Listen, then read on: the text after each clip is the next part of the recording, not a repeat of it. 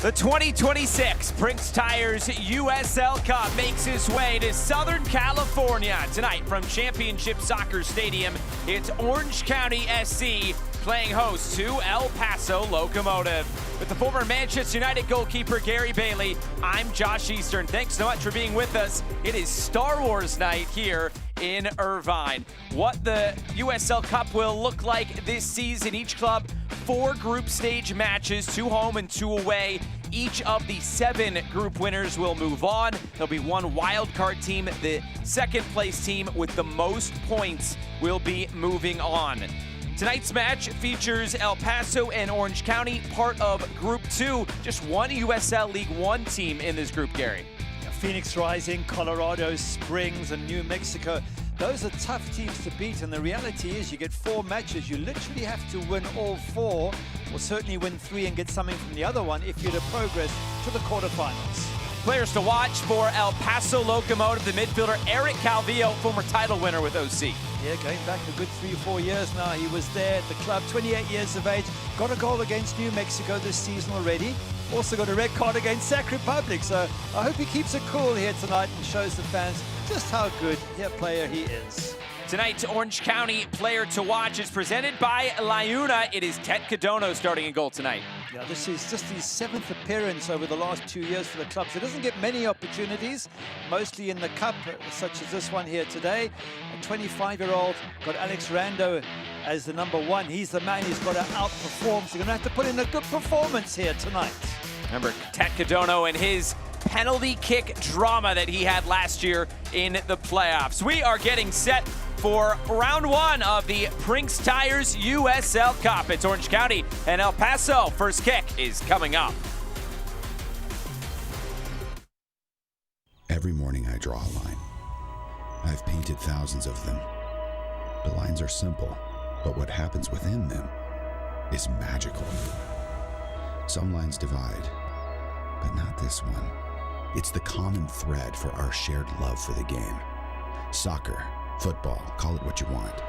This line, this team, it brings each of us to a common ground, the line that connects us. We, OCSC. At the Pickup Family Neurosciences Institute, we function as a unit. Neurosurgery and neurology, physical medicine and rehab, physical therapy. It's patient-focused, patient-centered care. The future of the neurosciences at Hoag is filled with promise. We are at the cusp of incredible advancements and innovations that are truly going to transform medical care and its delivery. Patients don't just get a doctor when they come to Hoag, they get Team Hoag.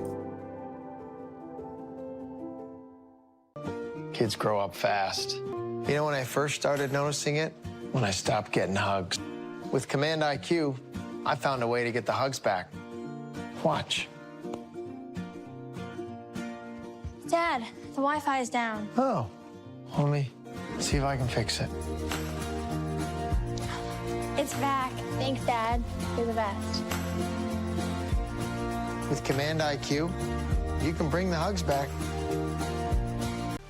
This is incredible technology. We can actually solve drunk driving. We are here to send a very strong message. Drunk driving must stop.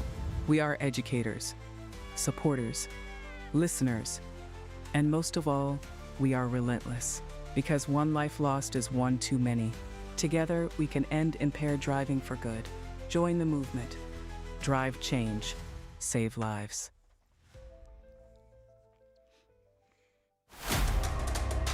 Prinx Tires is proud to be the presenting sponsor of the Prinx Tires USL Cup. Built for practical performance and the long haul, Prinx delivers reliability for everyday drivers like you. Visit PrinxTireUSA.com to learn more. Stormtroopers, the referees, and the players take you to the field here tonight at Championship Soccer Stadium. The Prinx Tires USL Cup Round 1, Orange County and El Paso. Starting lineups tonight for Orange County, and head coach Danny Stone with the cup. Quite a few changes tonight. 7 changes in total. Easy to tell you who stays in the team. That's Garrison Tubbs and Nico Benalcazar in defense, Jameer Johnson and Marcelo Palomino in midfield in what is likely to be a 4-4-2 shape. But look out for 15-year-old Apollo Marinch starting up front with former MLS regular Ethan Zubak, just 15 years of age. He turned 16. He'll get his driver's license on Monday. Very exciting stuff. For El Paso and head coach Junior Gonzalez, Rubio Rubin moves to the bench. Different look in the attack. 5 changes to the side that lost against San Antonio. Nicolas Cardona and Ricardo Ruiz in defense for Ortiz and Dollenmeyer. And then in midfield, Carl Sante comes in up front. Diego Abitia and Jimmy Farkler. And they replace Rubio Rubin, who you mentioned goes to the bench, along with Beto Avila and Alex Mendez. All available should the coach need them off the bench. Star Wars night, so everybody is dressed up for the occasion. It's a bit of a cloudy evening, though, here in Irvine. Temperatures right around 60 degrees.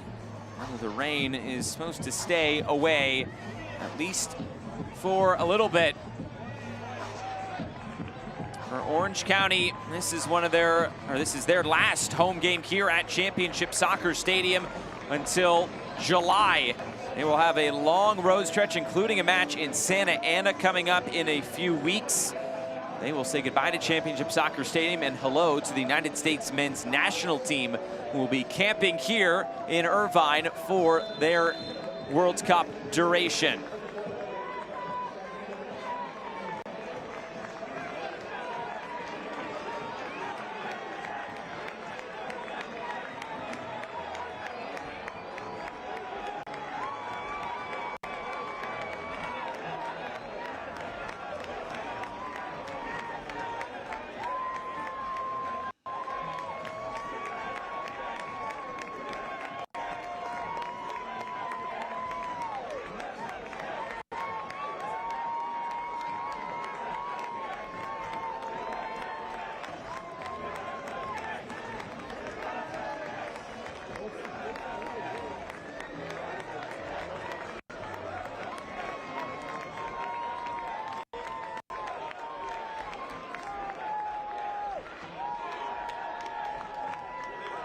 Our referee this evening is Jacqueline Metz, as we are ready to go. El Paso in white, it's Orange County in orange, as we are underway from Irvine, California.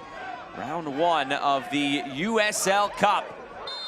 And already an early foul. When you look in terms of the USL Championship regular season, these two teams, 2 of the top 3 in the Western Conference, you put them in this group together, there's no telling who could go through from this group number 2. This is a really interesting first matchup. It'll really set the tone for what this cup looks like for both Orange County and El Paso. As we were saying in the build-up, you almost have to win every game or get something from every game. So a loss here today virtually puts you out of the tournament. So a lot at stake for both sides. El Paso getting on the ball and looking forward. Abitia was making that run. Sid Calvillo moves it down the line. Now it's a chance to cross back post. Dealt with there and put out a play. It'll be an early corner kick coming for El Paso. Good defending from Orange County, who have the best defense in the entire USL. Would you believe it? El Paso have the best attack in the entire USL. So let's see what gives here tonight. Classic matchup of offense versus defense. And it's Orange County who will have to defend here early on. And Eric Calvillo will stand over this, the former Orange County midfielder. Calvillo in swinging ball near post and headed clear. Gomez trying to nod that forward. It's flicked along. And El Paso staying in possession.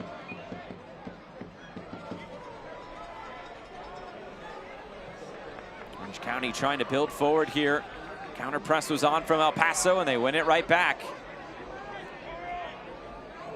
Last time out for El Paso, a 3-2 loss against San Antonio. Bean and Avila getting on the score sheet. That was last week when Alex Cornali scored that goal from well inside his own half. As that pops up, it's a handball back to Orange County. think that was an embarrassing one for Abe Romero. Caught way off his line there, possibly not concentrating. That ball must have traveled, what, 60, maybe 70 yards? I hope you never gave up one like that. If I did, I've forgotten about it. As you should. You raised it. Pressure very much there for El Paso high up the field. This deflects out for another Orange County throw. Well, for Orange County, 0-0 draw against Lexington last time out. Danny Stone, the head coach, said solid performance, solid point.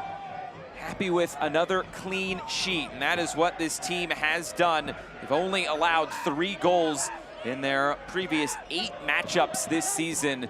They have really honed in defensively. And to that point, the XG against, or the XG for Lexington, the XG against Orange County in that match, 0.23. They gave the opposition virtually nothing. And that's what Danny Stone's managed to do with this side. They defend as a team. They say it's their team ethic. They're patient. They try and catch you on the counters when they can. And they just give you very little to work with. Now, you're up against a team that has scored the most in the league and can bring on Rubio Rubin off the bench. So let's see if they can break Orange County down. Ruiz looking to play in behind. There's that pocket of space all the way to the end line. It's cut back on the turn, shot blocked. Abitia had the opportunity, and Orange County trying to play out. Orange County getting out on the break. Prinx splitting that double team. It's a foul. The teenager turned 16 on Tuesday. Here's the Eric Calvillo pullback, does well to get that there. Big man Abitia turns, and he knows what he wants to do, bend it in that far post, but good defending once again, and then a great counter attack. Good to see it from this point of view. Great angle from the camera. Abitia trying to turn, his shot gets blocked.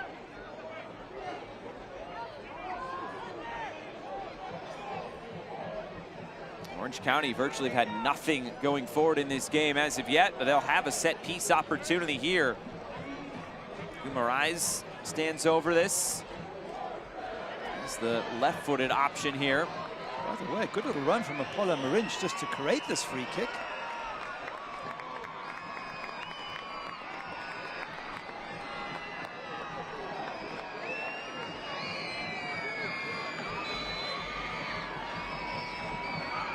It'll be Guimaraes to deliver, putting this one up. Alfaro clears it out. It'll be a throw incoming for Orange County. Now back to that run about Apollo Prinx, but at just around about 16 years of age, to make that run, to cut in between 2 defenders, to win a free kick, that was super positive. For Prinx, this is just his 2nd match with Orange County, his first ever start for the club. Big opportunity in a game such as this, but Orange County, they really embrace the youth.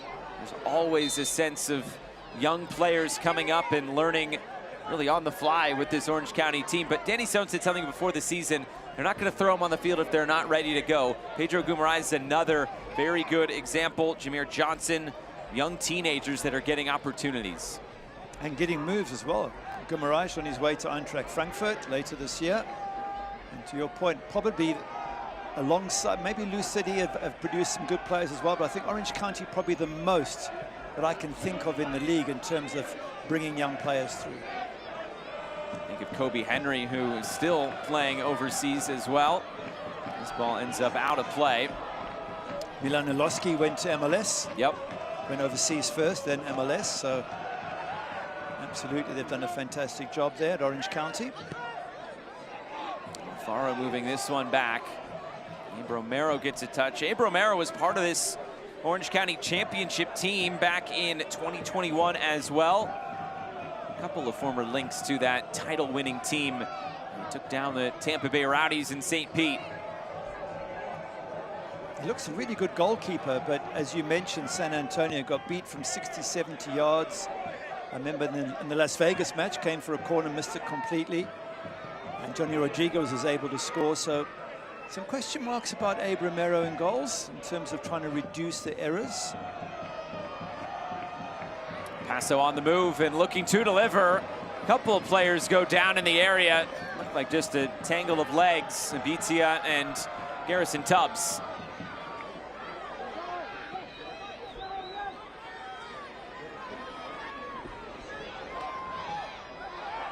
Tight area there, Orange County. Quickly through the middle, Abitia. Gomez. Parkerland trying to create something here, getting end line. Deflecting out, corner kick coming. Another one for El Paso in the early going. Falkland showing some good pace down that wing. That's what they're going to need to do. It's again, Orange County just winning tackles, showing how good they are defensively. Something that they all take huge pride in, according to Danny Stone, the coach.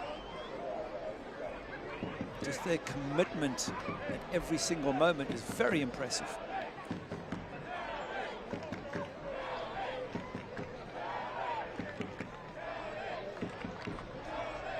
Alvaro Quezada loading this up, looking for Alfaro, knotted it down. And deflecting out for another El Paso corner kick, this time on the near side.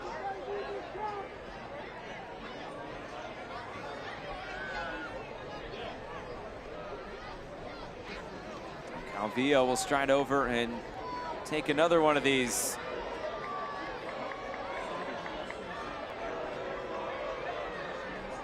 There's a few boos there. Yeah. That is the supporters section. Harsh crowd in Orange County. Calvillo, more depth on this one, all the way to the backside. Nobody there in a white shirt. He'll run all the way out of play. Tonight's injury report is presented by Zulfagari Law. None reported on either side, although Tyson Espy is missing out for Orange County tonight.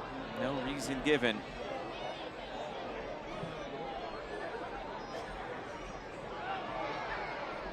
Contact from behind. Jacqueline Metz content to let that play on.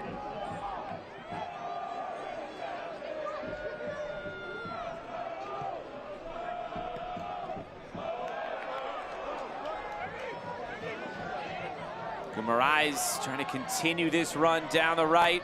Alfaro moves it back for Romero, who plays it across the face of goal.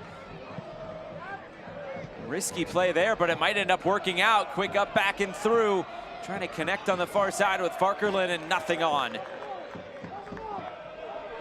Well, you're right about Romero. He just got that away from time. That was literally a split second away from having that taken off his toes. And like I said, as a goalkeeper who's been a little bit prone to errors in recent games, important for him to keep a clean sheet and just convince his coach, Junior Gonzalez, that he's the right man for the job, because they've got Mora Mora on the bench, and I think he's been a decent keeper when he's come in.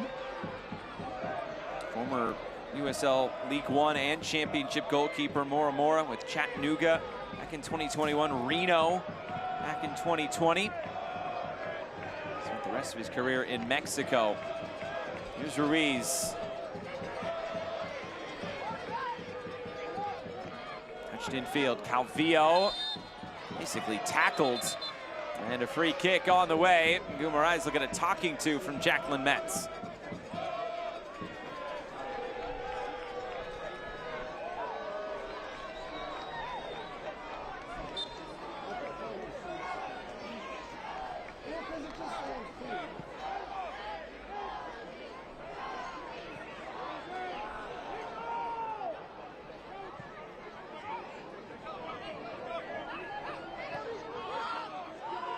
Alfaro goes all the way back. Romero and El Paso will start from the back.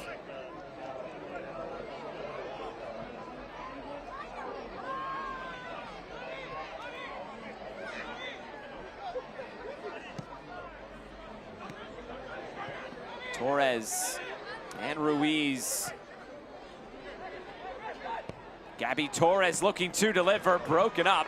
Harrison Tubbs tracking back defensively.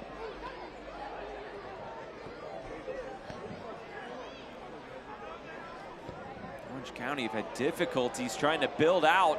Farkerlund gets on the end of this, brings it all the way into the corner.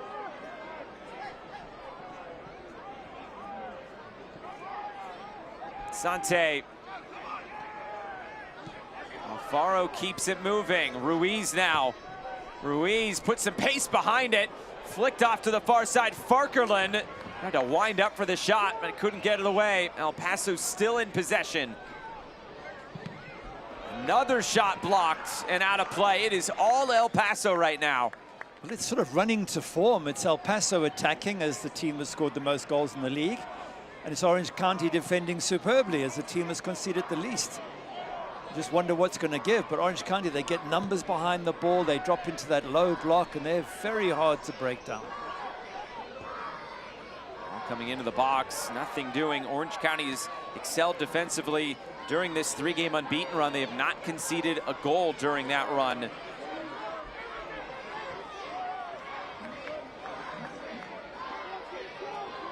fact, Orange County's only lost a couple of times this year in Open Cup and once in the league. They both came back-to-back on April 1st and April 4th. Other than that, they have been a tough outfit to beat. Another free kick coming, basically in the same spot. The Mets okay to let this play on immediately.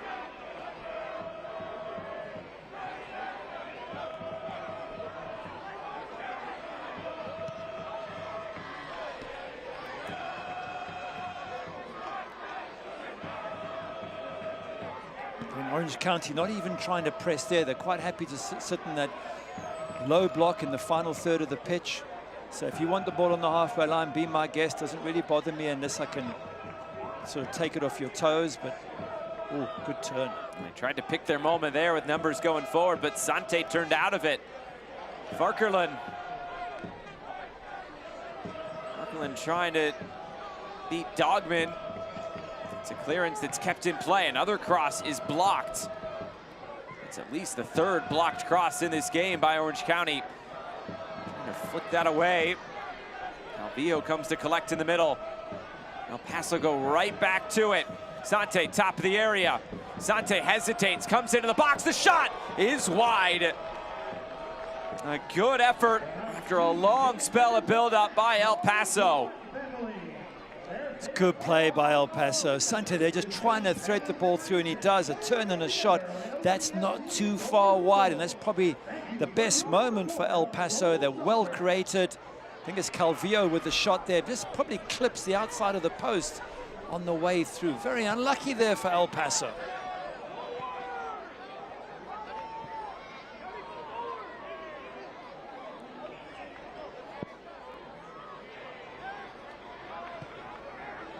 Going to play in behind all the way to the end line, and there is Tet Cadono.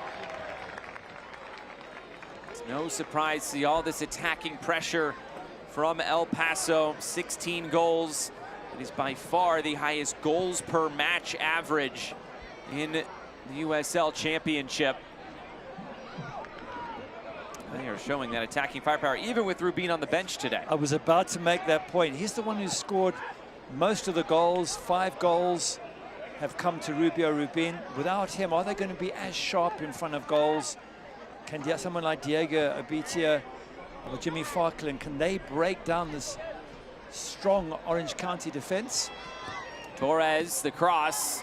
Another player didn't mention who has 4 goals already is Amando Moreno, out again today for El Paso Locomotive. Yeah, very good point. So without those two, I don't know if it's as clinical. They can get to the box, that they can do really well, but can they finish them off?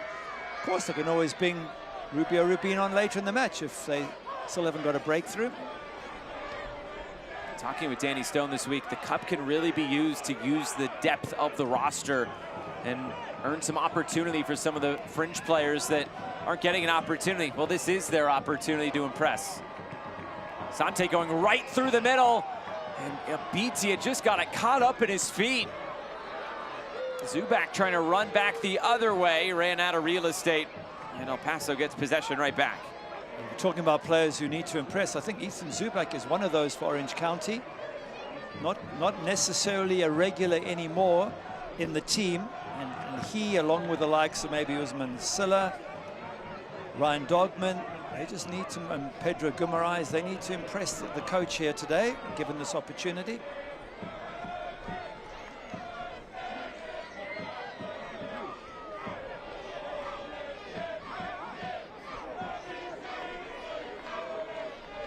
I think for Ethan Zubak, it's Liam McKinnon has come in and got himself 3 goals already, so that's why he's battling to get back in the team.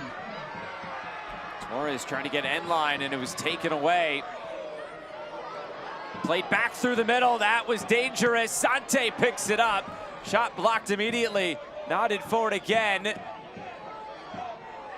Orange County playing with fire there, playing it back through the middle. Now it's the long switch of play.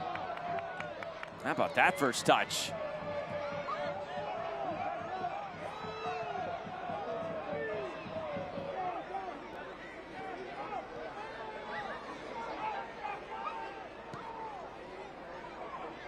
Trying to deliver out wide. It was Solis.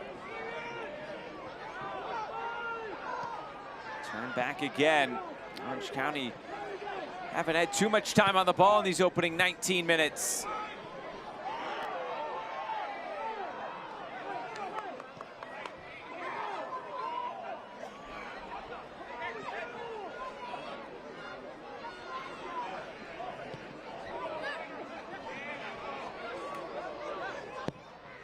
Guimaraes hits the switch again. Silla.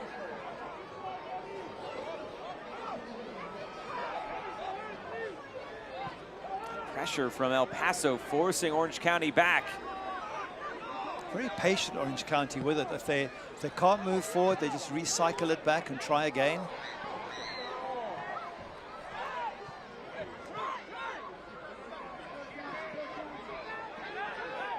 Torres picks it up again for El Paso. Calvillo. Paso right back into the attack. Calvillo holding things down in the middle. Ricky Ruiz.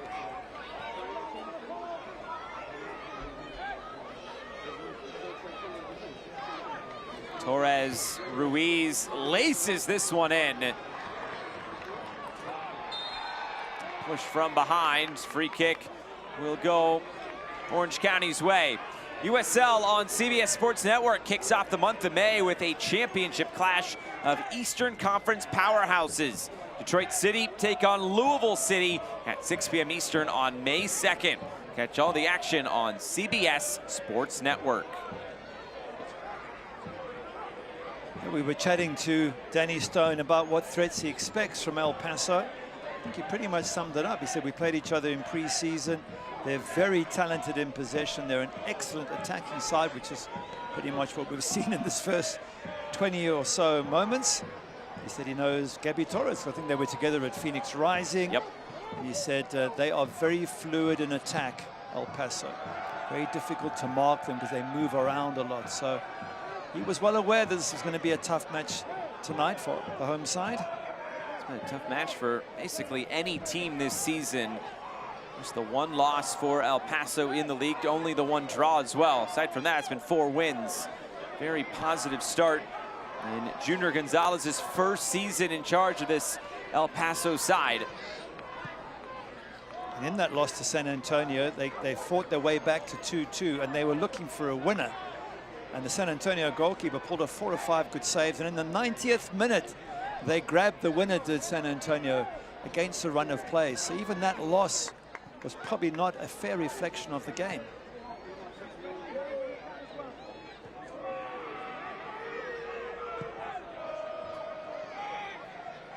Loaded forward again and nodded along.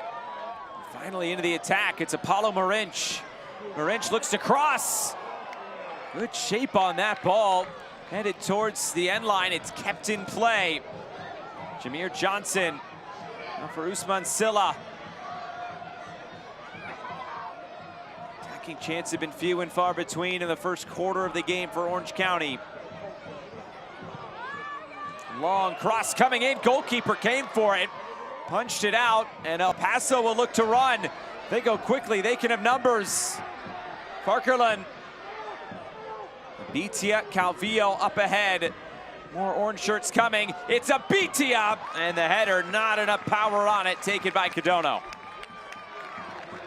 He was calling for it, Bitia. He said, I'm here, put it on my head, which they did. Just maybe not with enough pace on, because he had to create the pace himself and just couldn't produce that strength. But what a good counter-attack from El Paso. And this is a great danger. You almost don't want to attack them. You don't want to go up the pitch, because if you leave gaps behind, they can be so quick in transition.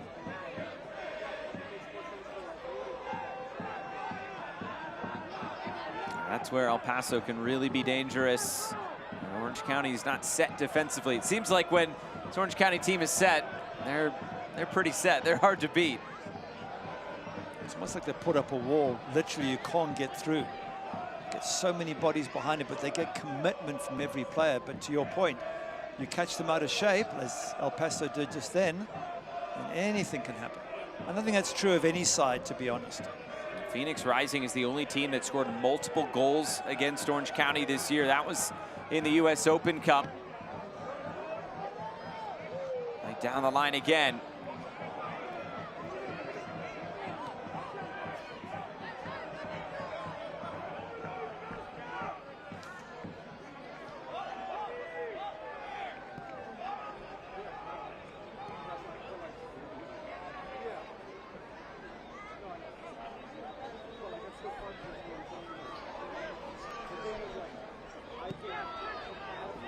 Dono distributes.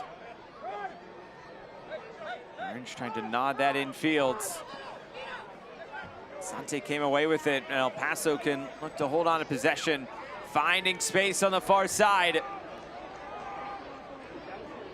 El Paso racing forward, playing this through the lines. Abitia on the turn, wide. Deflection on it, corner kick El Paso. Once again, that speed of transition is phenomenal, and they create their chance. Abitia from a slightly difficult angle and takes the deflection anyway. Let's see it from here. He's got bodies all around him, but he still gets in the shot and just curls past that post.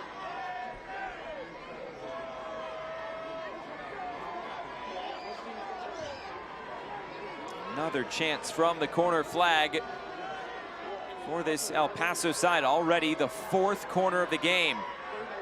Calvillo plays it short this time. Gets the return ball from a different angle. High lofted ball. Orange County clears, but not far enough. Another chance coming right away. There is Tetkadono looking to distribute. Instead, he'll hold on to things. OCSC is coming to Santa Ana next month on May 23rd for the biggest night in club history. OCSC is turning Eddie West Stadium in Santa Ana into their home for the evening as the County Boys kick off against the Oakland Roots. Make sure to grab your tickets today. You don't want to miss it.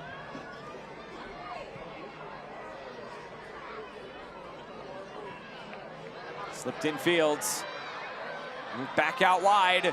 Orange County building forward. A bouncing ball all the way through the box. Collected here on the near side. Johnson. Solis lofts it up. Header to come back centrally. Good save by Romero, but the whistle came first. Flag is up for offside. That was a good moment there for Orange County. Nicely built up down the left-hand side, but whipped across the box. With a bit more luck, if they'd have got another body in there, that could have been the opening goal. So they don't do much, or don't do as much in attack as El Paso do, but when they do look sharp, Orange County.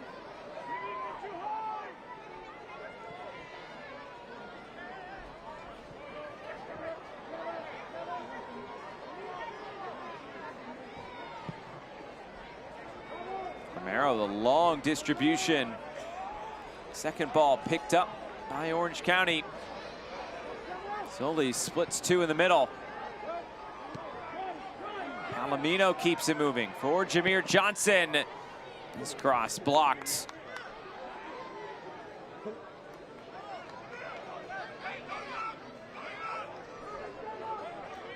Guimaraes.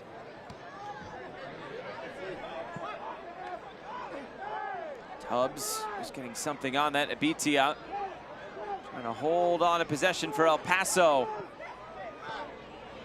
Now Torres to come back centrally.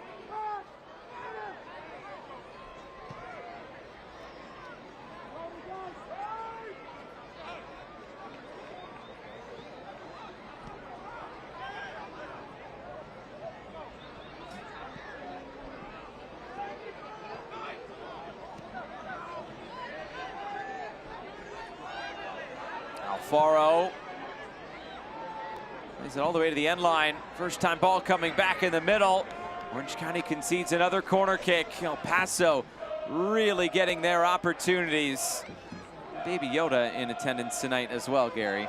I think they need Baby Yoda's help there, Orange County. Because right now they've come under so much pressure from El Paso. But they haven't cracked yet, in fairness to Orange County. They need some wisdom. Some magic. Are you a Star Wars fan? Yeah, big time. Oh, really? Yeah. Okay. At least one of us is.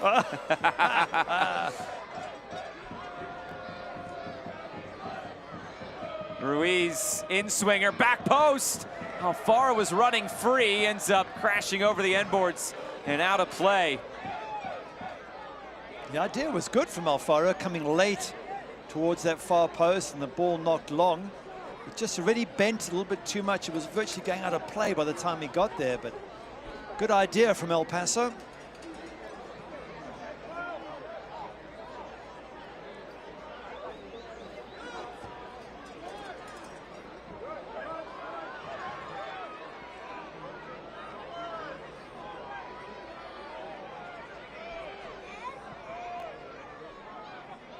Romero's had a fairly quiet game. Still no shots for Orange County in this one. Had about one, maybe two set pieces in that area up the field. Aside from that, it's been a lot of this. El Paso running forward. Abitia leading the charge. Thought Barkerlin was closer to him. That pass well off the mark. The better option on the left-hand side to thread that ball through. And decides to try and go to his right instead. Very, very good from El Paso. And again, they win the ball. One back in a good area. Trying to cut this one back, and it's just rolled into the arms of Tet Codono. They're winning good ball in midfield, El Paso, but the moment they do it, they just surge forward. Either the player on the ball goes for it, or they have runners in every direction. Gabi Torres doing well to win the ball and to then rush towards the byline. Just seems like the ball retention for Orange County, when they get it, they don't have it for very long. El Paso is quick to win it back. Yeah, I think that's very true. But they're also patient, Orange County. End line again, the square ball, deflected out, corner kick El Paso. Keep coming forward like a locomotive. They do. And Orange County keep defending with putting their bodies on the line.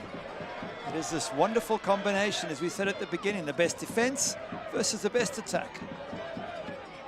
Corner kick was taken quickly, nothing doing. Now Quezada moves it ahead all the way to the end line. It stood up and punched away into the middle, looping headers out of play. One of the better chances of the game. It's Eric Calvillo again for El Paso. Yeah, it's a punch by Tet Codono, but he doesn't quite get it far enough. He's under all sorts of pressure. Look, as he goes to punch it there, he gets hit. And the punch drops short, straight to Eric Calvillo. And that was the moment to head it back on target, and he does it. He gets it over the crossbar. You don't have to be on the roster to get on the field here at Championship Soccer Stadium. Orange County Soccer Club offers group experiences that let fans be part of the match day action. Groups of 10 or more can receive discounted tickets and access to on-field experiences like player walkouts, halftime activities, and post-match games on the pitch. If you're planning a team event, birthday, or company outing, visit orangecountysoccer.com/group tickets to learn more.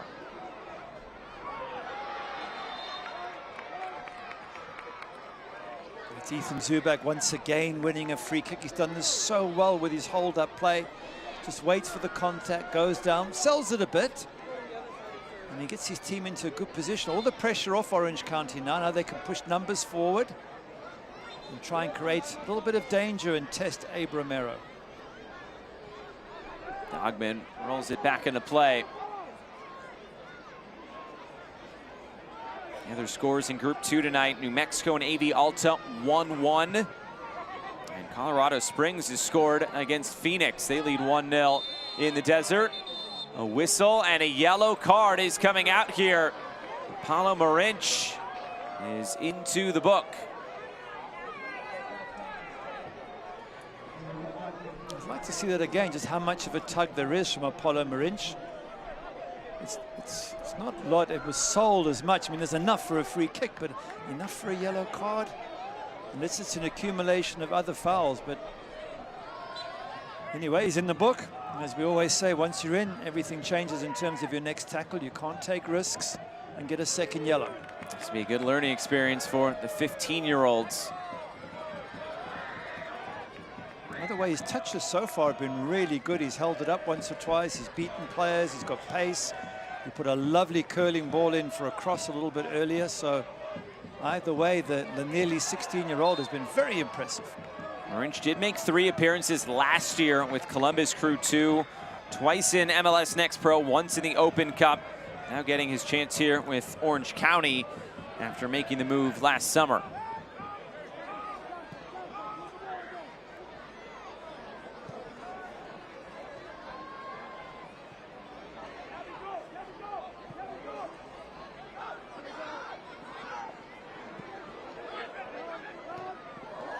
Heavy challenge coming in. It was a clean one. Alfaro touches it ahead. Abitia's in on goal. Abitia out of play. Wasn't going to matter. Flag was up. And boy, Pedro Guimaraes met his match. Let's have a look and see. Well, it's a fair tackle in terms of the ball being won. Just here for Cardona, I'm thinking, come keeper, you've got to close him down. You've got to close him down. He doesn't. In the end, the flag went up and Abitia took his mind off it. But yeah, I think it's a fair tackle. That's part of the physical nature of the game. He turned into trouble. It's a total mishit there by Abitia, but I think he already knew that he was offside. Alfaro nearly double the age of Guimaraes. That's a lot of experience from Alfaro, and I think Pedro Guimaraes will think twice about going into that sort of challenge. Yeah, turning blindly there when teams close you down. You'll learn from that, but you heard the crowd got a little bit upset with that. Some of the players might be upset as well with that tackle. Fair or not, it was really hard. I just wonder if that's taken the ante up a little bit, and whether we'll see some more tough tackles flying in. Orange County now coming forward and all the way into the box. Clearance away. Jameer Johnson trying to work his way forward. Throwing for Orange County.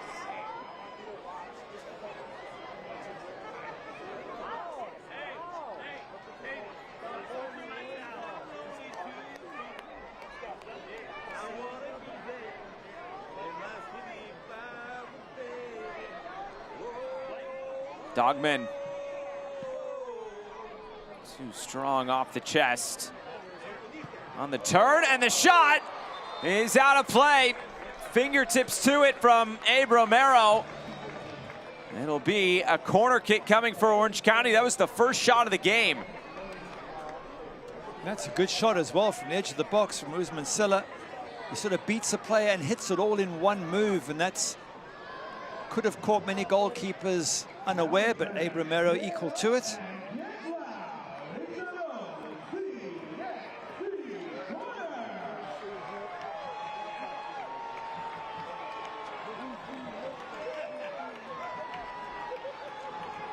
Guimaraes in swinging ball, cleared away. Palomino. Silla down the line. Jameer Johnson returns it. Silla. Silla. Eventually, there's too much pressure there from Silla. Watch the USL Championship in Spanish on 2DN, the nation's leading Spanish language sports network. Go to uslchampionship.com for the complete USL TV listings. Late stages in this first half. This ball played over the top. Cardona forced to just play it out.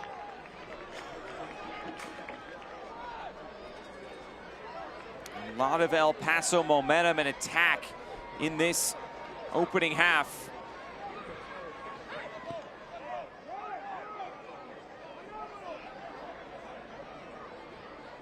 Cardona.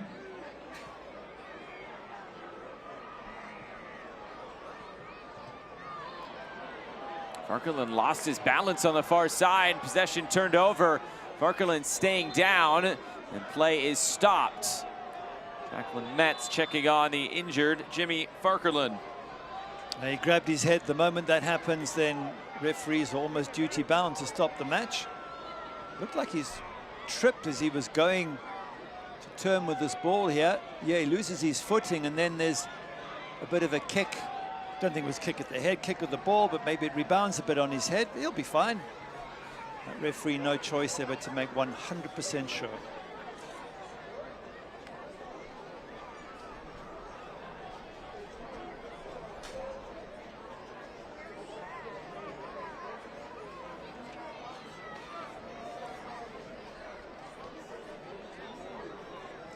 Small business leaders, this is your moment. Introducing the Support OC Small Business Packages. Get your brand in front of fans across SoCal with special features on match day. Host clients, reward employees, and build business opportunities. Head to our website to learn more.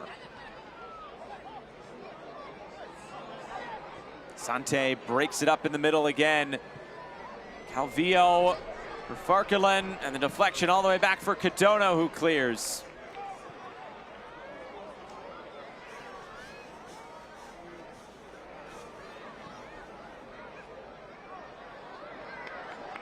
Orange County on the move. Moved ahead and too far out in front of Ethan Zubak. He's not played a big role tonight for Orange County, at least on the ball. He hasn't, but Usman Silla does brilliant there, and his final pass is too far ahead. He did all the hard work, got past the line of pressure, and then there was just a simple ball into Ethan Zubak, and he overhits it. But that was a good, well-created opportunity by Usman Silla. Ruiz looking to play in behind. Abitia couldn't get onto it.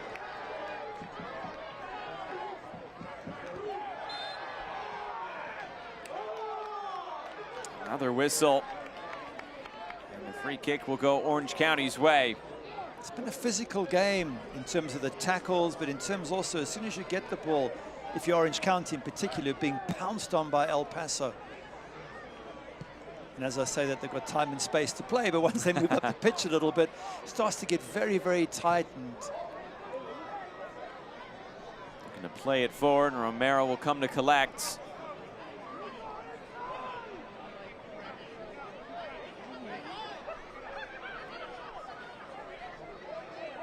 El Paso do play on a smaller home field. So here at Championship Soccer Stadium, a little bit more expansive, able to spread things out. They certainly use that width, both down the lines and also with through balls for the big man up front, Diego Abitia. Another injury. That looks to be Farkeland again.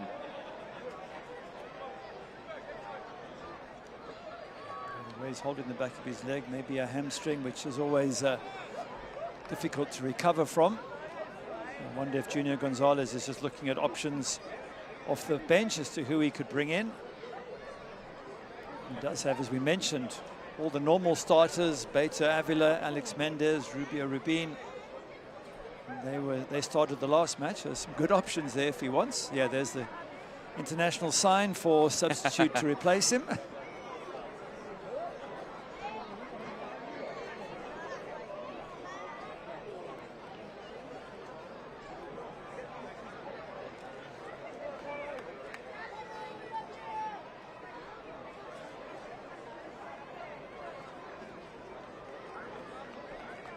Lightsabers in the crowd tonight. Everyone in the festive mood ahead of May the 4th in a few days. As Farkeland makes the walk off. Not the way that he wanted this one to go.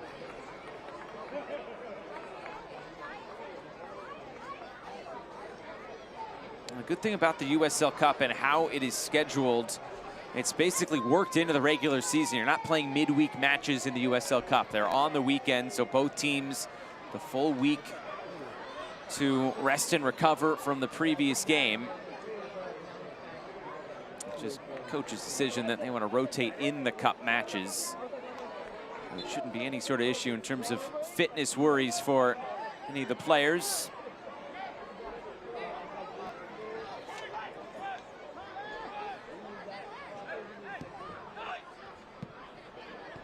There's Calvillo.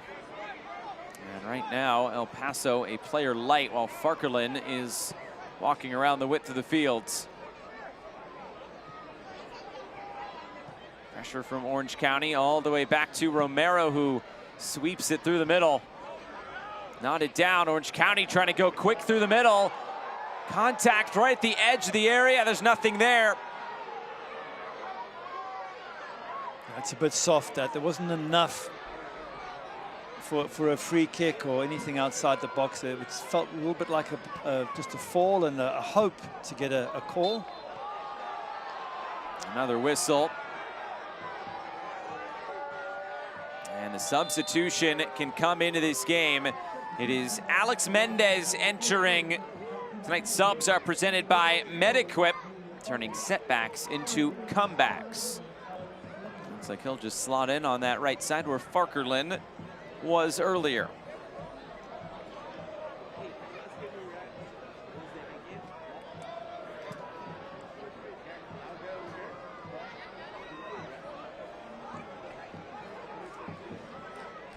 Select is proud to be the official match ball supplier of the USL Championship. From the grassroots to the pros, Select is there every step of the way. Visit us.select-sport.com for the latest Select product specials and more. Here comes El Paso as we are into 3 minutes of stoppage time. El Paso still, Mendez trying to get involved right away. That one blocked down. Now Ruiz.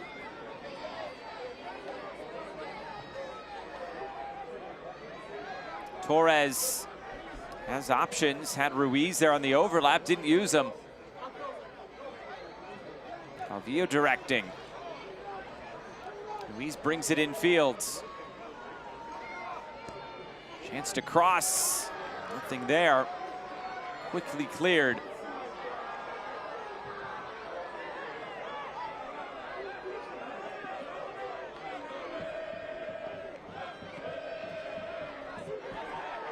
Strong step in the middle. Silla wins it back for Orange County, and a throw in on the way.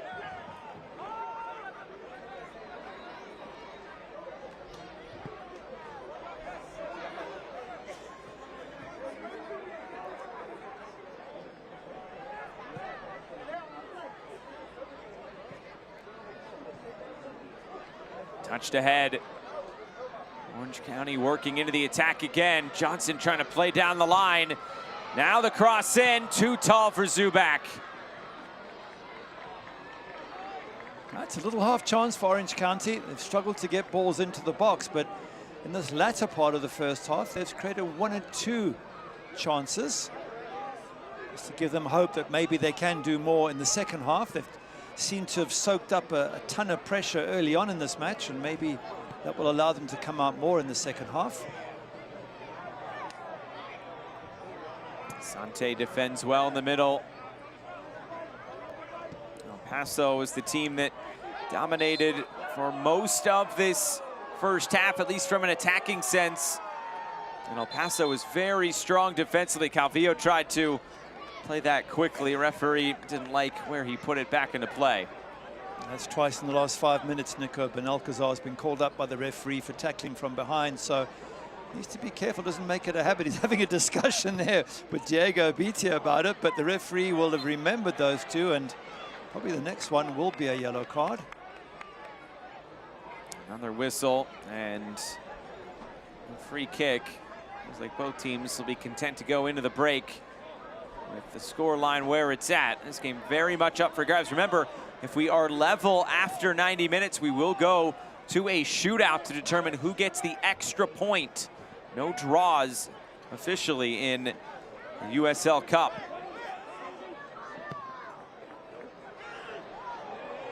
Long over the top, Zubak. Through the minimum of 3, referee might allow one more chance for El Paso. Everyone streaming upfield for El Paso Locomotive. Santi. And that will bring first half to a close. El Paso couldn't break through, but nobody's really broken through Orange County as of late. Yeah, they certainly came close once or twice, a little bit unlucky perhaps here and there. And they've created chances, but slowly Orange County have worked their way back into this match. So I think we're all set up for a great second half. Halftime in round one of the Prinx Tires USL Cup. And we have a good one between two of the Western Conference's best. Orange County, supported by their Stormtroopers tonight. It's 0-0 at the break. It's the Prinx Tires USL Cup. No score at halftime.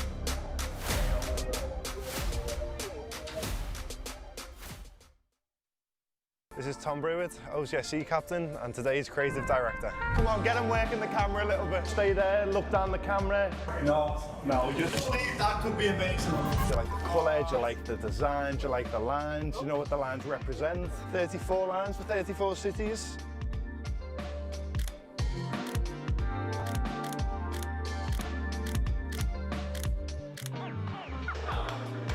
Yeah, safe.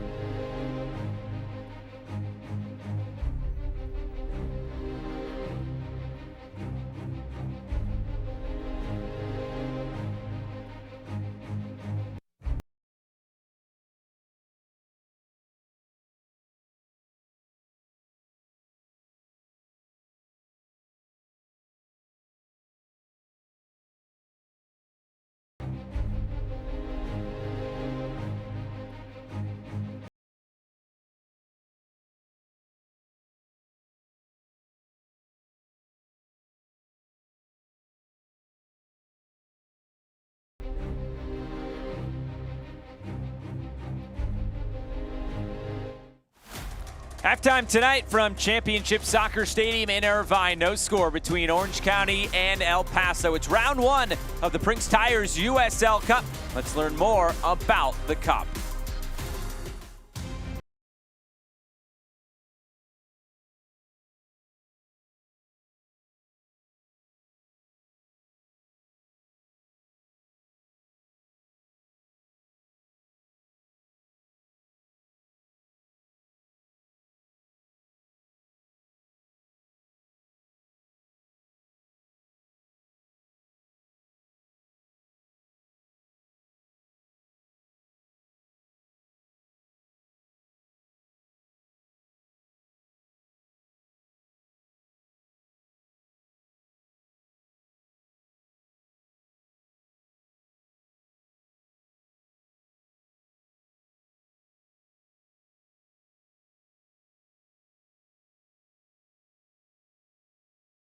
Hartford Athletic reclaimed the wild card spot that two other clubs held for mere minutes.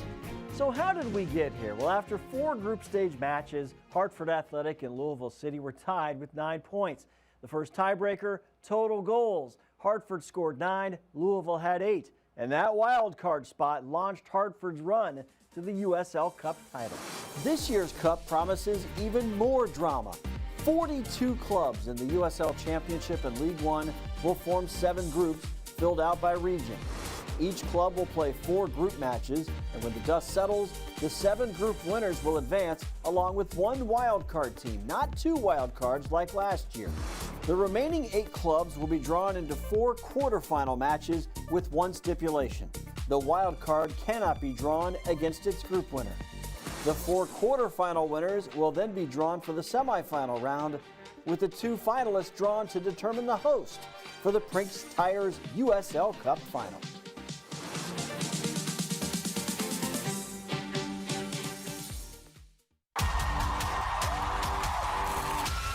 Looking forward to goal. Pacheco answers right back. Oh, that is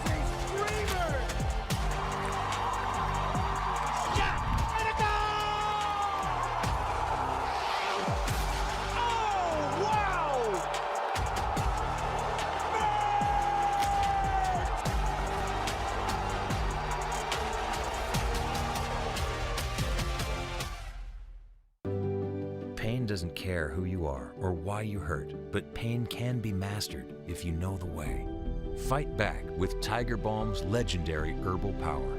Trusted for over 100 years, our proven blend of camphor, menthol, and essential oils tames pain with the strength and speed of the tiger, so that you can rise above pain and get back to living.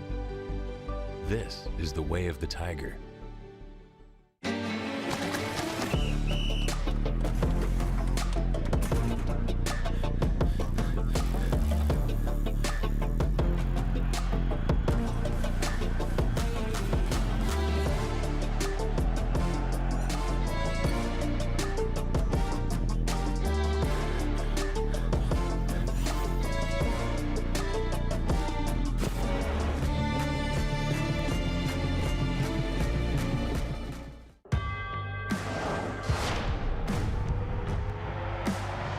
Prinx tires in the USL help soccer journeys everywhere to drive harder.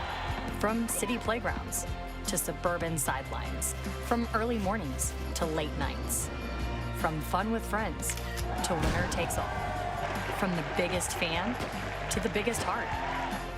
And at every turn, Prinx tires will be there for the long haul.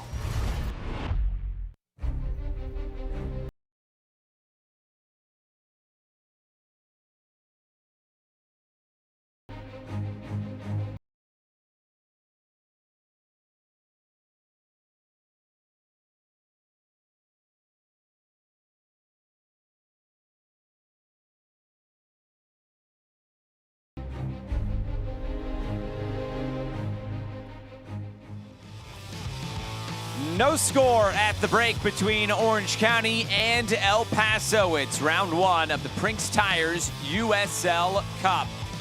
Plenty of other scores around the country and around the cup tonight. It's night number one of the USL Cup here in 2026.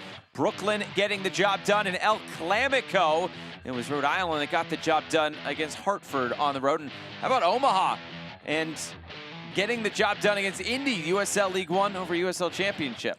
Union Omaha have done back-to-back cup victories over Indy 11, so it's a little bit embarrassing for the USL side. And look at Charleston Battery eventually got the better of Loudon. That's not an easy match.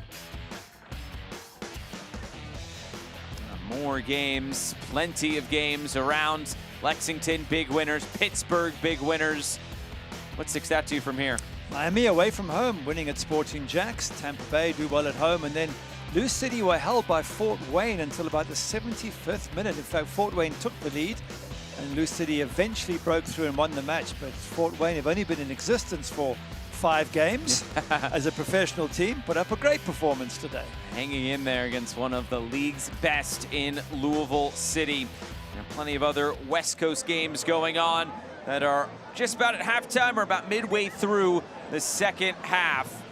As we are at halftime, it is Orange County 0, it is El Paso 0. We'll have the second 45 minutes from Irvine coming up next.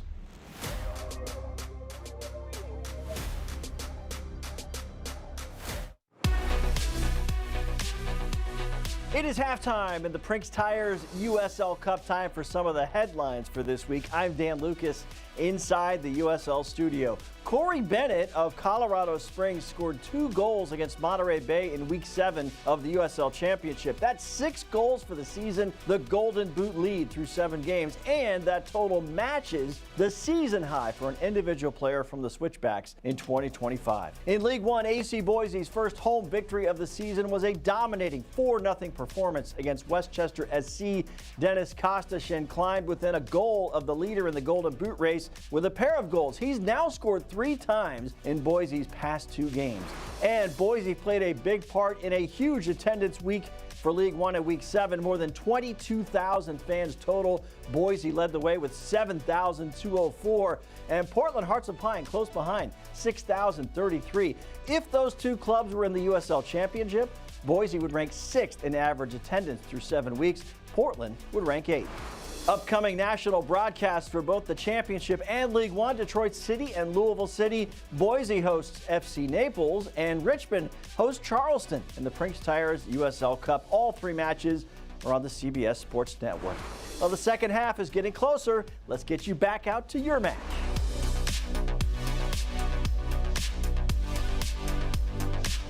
Every morning I draw a line. I've painted thousands of them. The lines are simple, but what happens within them is magical.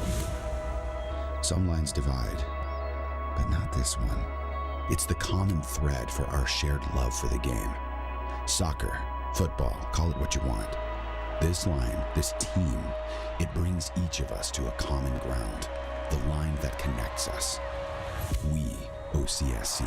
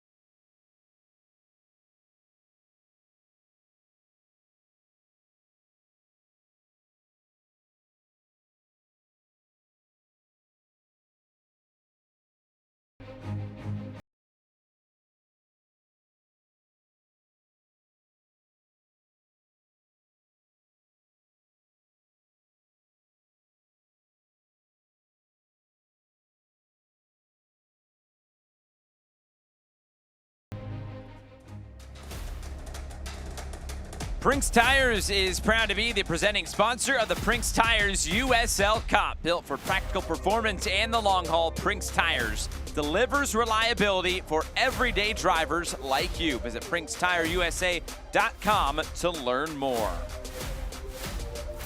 Players making their way out for the second half from Championship Soccer Stadium here in Irvine.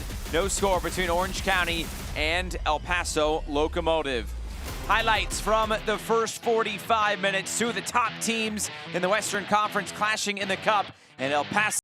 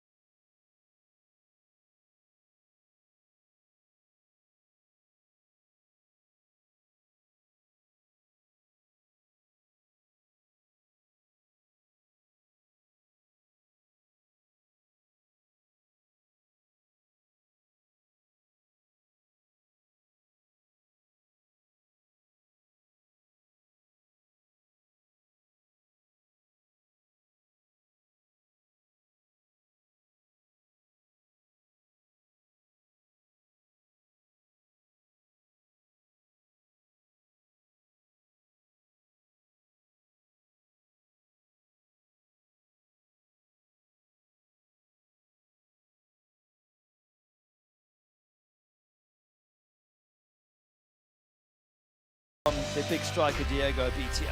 Plenty of chances for El Paso, but it's not good for El Paso when you have all those chances and the shots on target are even.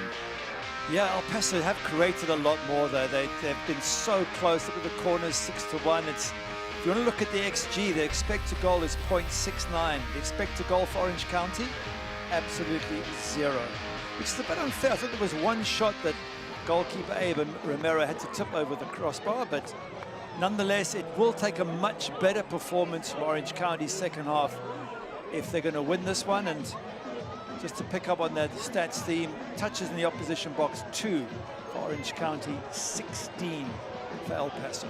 That just shows how dominating El Paso has been from an attacking sense. But maybe this is how Orange County likes it. They've been strong defensively, and there's can't say that they haven't been holding strong defensively in this game. They do limit teams. As you mentioned, Lexington, the last match, they kept them to .23 for the entire game. .66 FC Tulsa, that was an away match. And .98 against San Antonio. So they've limited all those teams they've played, those three teams anyway, to less than 1 expected goal. And right now they've limited El Paso to .69. Now, yes, they haven't created anything, but they certainly haven't given El Paso that much to work with. Substitutions for Orange County, and it is a change at outside back. Ryan Dogman and Pedro Guimaraes exit. Grayson Duty and Mohamedou War will enter. Even the mascots all dressed up. Everybody in the Star Wars spirit here at Championship Soccer Stadium. So we are moments away from kicking off this second half.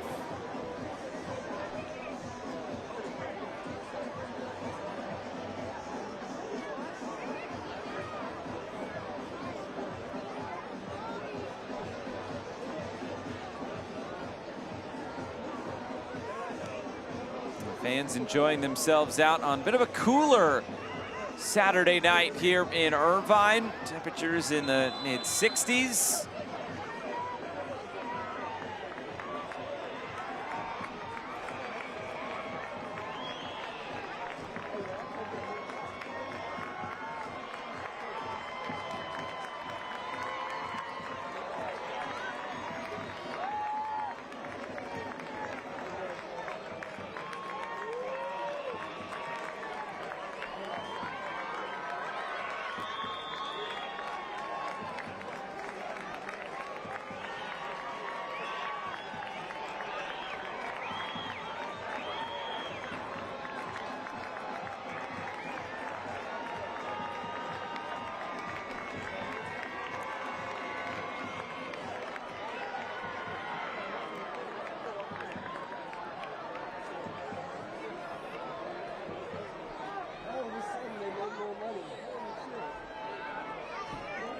Players in position and ready to go for the second half with the former Manchester United goalkeeper Gary Bailey. I'm Josh Eastern. Thanks so much for being with us for Prinx Tires USL Cup Round 1 action. Another 2 changes again for Orange County. That is Mohamedou War and Grayson Duty on for Pedro Guimaraes, and Ryan Dogman also coming off the fields. Those subs are presented by MedEquip, turning setbacks into comebacks.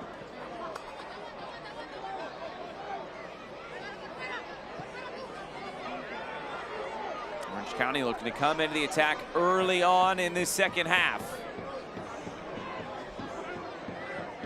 Cut back, and the cross quickly cleared away. Second ball, trying to pick it up again in the middle was Orange County, and they will.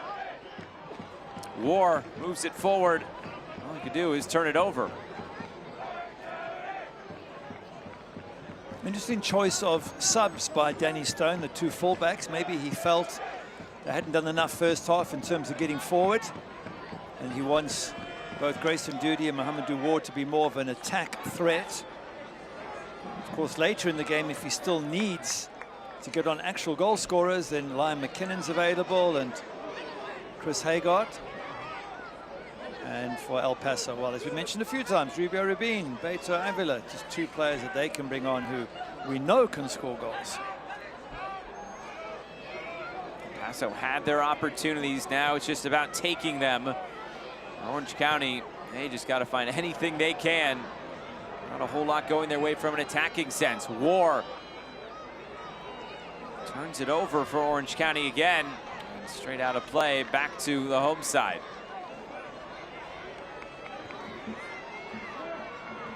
Soccer season is here, and SeatGeek is the official ticketing partner of the USL. Get all your USL tickets and more from the #1 ticketing site. SeatGeek, your ticket to great seats. This is a very positive Orange County have come out second half, and I'm just wondering if Danny Stone said to them, look, You soaked up pressure first half, but this is your home ground. Go out there and put El Paso under pressure. So we'll see if that is how it works out in the second half. So far across Group 2, New Mexico ended up getting a victory against 10-man AV Alta, and Colorado Springs still leads Phoenix Rising 1-0. That game just about the same point as this one. Remember, is the top team in each group that will move on, and then the second place team with the most points could come down to tiebreakers, which would be goals scored.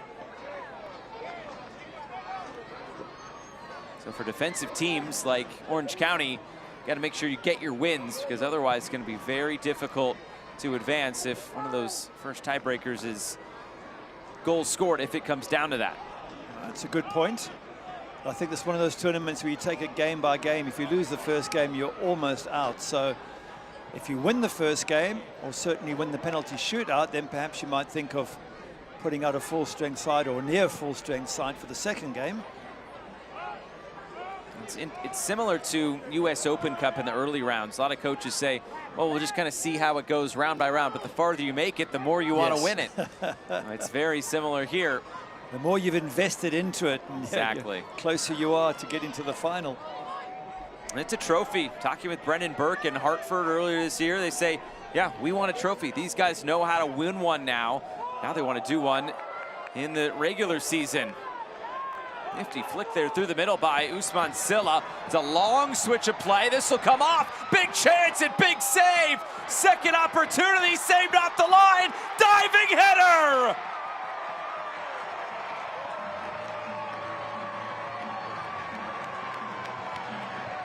It's the halftime substitute. Grayson Duty. Orange County leads. What a brilliant move. Absolutely stunning. From this moment on, was played first time to the far side. The shot comes, goalkeeper with a decent save. There tries to block it, header off the line, but I think the defender had just slipped. And so his header wasn't very strong. He couldn't get distance on the header, but firstly, goalkeeper with a great block there. Defender just can only get it out a couple of yards, and right on in the right place, the right time. Grayson Duty. Have an impact, will you?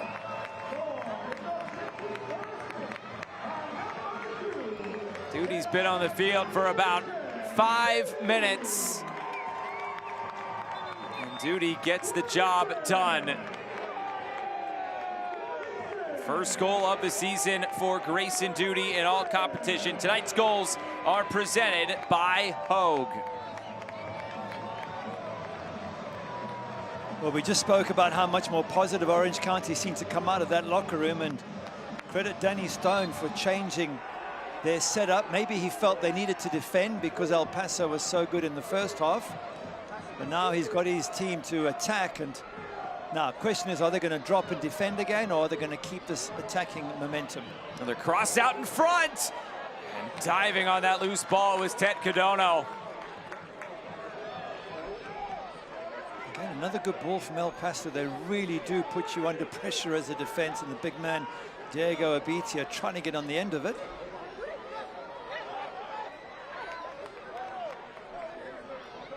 That goal from Orange County very much against the run of play. Just one shot. It was on target in the first half, but you said what the expected goals was 0 in the first half. And now Orange County have that 1 on the score sheet. Calvillo. Play this ahead. War into the challenge. It was last off War. It's a corner kick. He's not happy. War, he's arguing about it, but it's been given.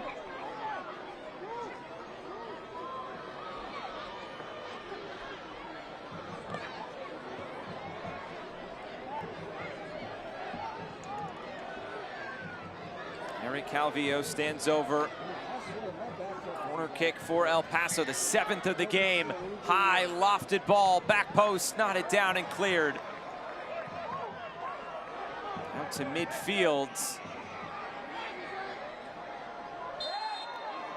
Battle for that aerial ball. And the free kick will go Orange County's way.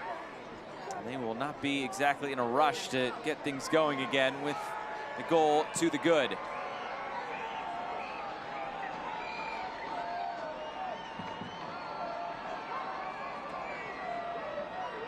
Taken away. El Paso streaming forward. This will be taken from outside the area and into the stanchion behind the goal. Nothing doing.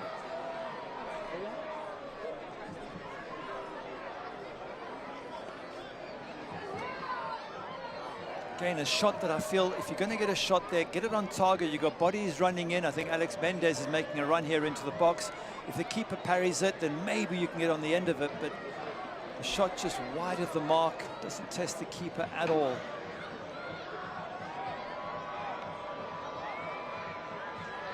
OCSC is coming to Santa Ana next month on May 23rd for the biggest night in club history. OCSC is turning Eddie West Stadium in Santa Ana into their home for the evening as the County boys kick off against the Oakland Roots. Make sure to grab your tickets today. You don't want to miss it.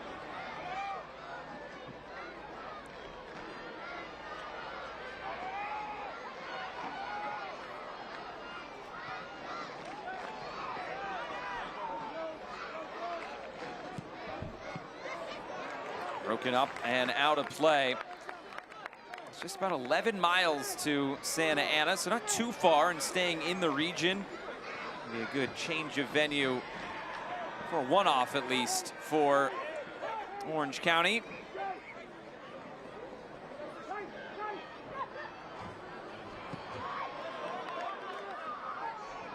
Another clearance out of play.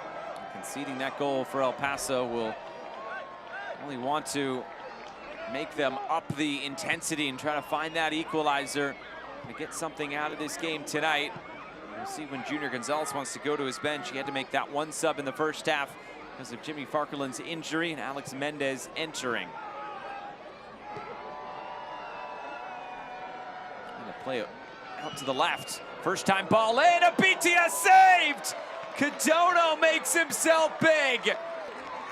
Point blank stop from Cadono. That's a fantastic save because the defender got tripped by Abitia, but it wasn't given by the referee, so Abitia's got a free header.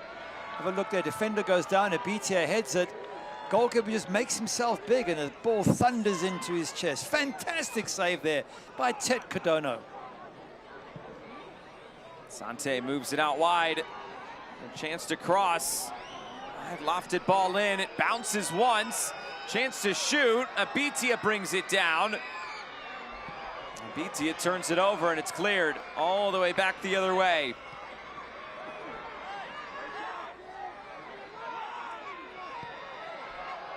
Now Paso only has one win all time here at Championship Soccer Stadium. It was 1-0 back in 2024. Another cross in and taken by Cadono. They have some work to do if they want to find a second.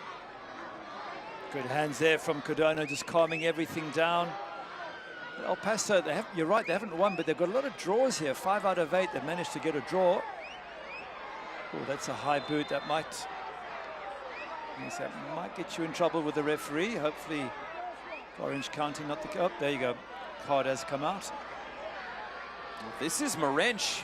He's done. That's going to be Marinch's second yellow card, and Orange County are down to 10 men.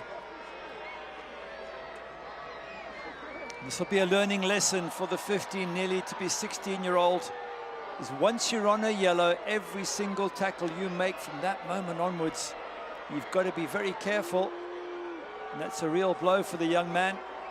And he's being comforted by Abraham. I think it was Marinch who had the shot. You've just raised your foot not a much, and there probably wasn't much contact, but you know the defender's going to play it up. Of course. And it was, just going back to the goal, it was Marinch who had the shot that Abe Romero saved, but yeah. Can't do that when you're on a yellow. This is a harsh lesson for the young man who's got so much talent. What he showed tonight, super impressed. We said right away it would be a learning experience to learn how to play on that yellow, and now Marinch has really learned his lesson as he is sent off. cards are specific to the cup. They do not bleed over to the regular season, so Orange will miss the next cup match for Orange County against Phoenix in a few weeks. Played down the line to the end line, it's cut back. Boy, if we thought Orange County was tight defensively in the first half, just wait till these final 30 minutes. Yeah. Down a man. I hope for Marinch's sake that they do go on to win this Orange County, because otherwise he's going to potentially get blamed for, for getting sent off and putting his team in trouble. And that is, again, one of the consequences of getting a red card. Cross comes in, a lot of space in the middle. Oh, that is a silky smooth touch by Garrison Tubbs. And just clears it away.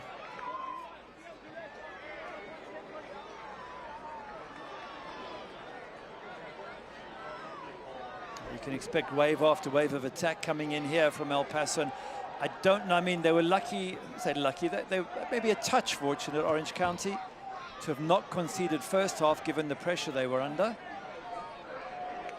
On the way to the end line, it's cut back, dealt with and cleared. But if this is a sign of the next 30 minutes to come, I just don't see how you stop El Paso scoring. They're just going to find ways down to the line, crossing balls, shots, everything that make it extremely difficult. And what's more, Orange County will find it tough to play out now with one man less. So they're going to constantly be conceding possession. Coaches talk a lot about learning how to suffer defensively. Orange County will learn their lesson here. Getting end line, another cross. There were two players there. And out of play, nothing doing.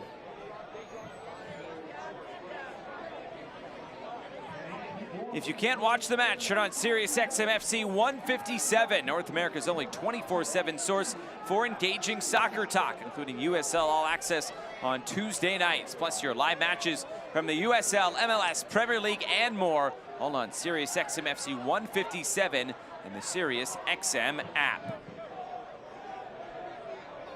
I'm just wondering if Danny Stone doesn't look to his bench to someone like Liam McKinnon, who's very quick, and put him on up front just to get the ball that's knocked over the top and just play counter-attack football when you get it.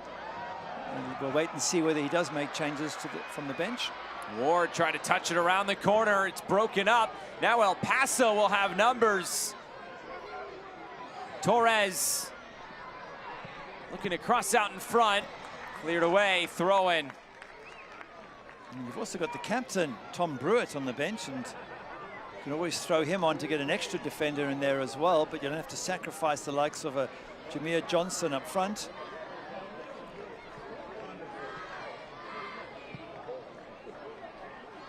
Moved out wide again. Another cross. Clearance away by Zubak, who's all the way back defending. Flipped up again. Loose in the middle. Calvillo couldn't get there quick enough. El Paso keeps it.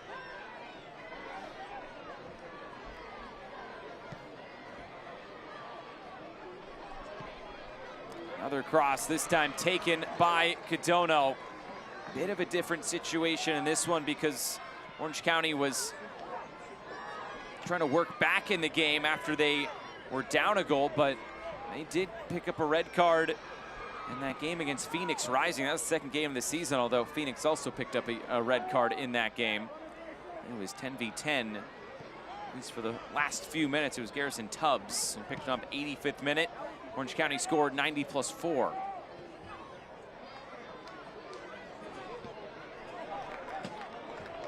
This will go Orange County's way. It appears El Paso starting to prepare some substitutions.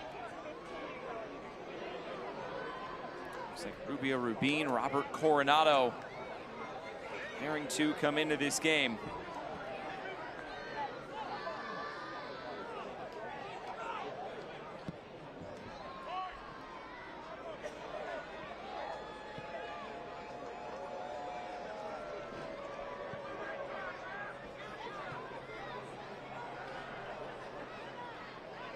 Just again, looking at Jameer Johnson, Ethan Zubak, if you're going to have two of your strikers back defending, you may as well get a defender on or a midfielder who's better at that job. And then again, you need some pace up front to threaten El Paso.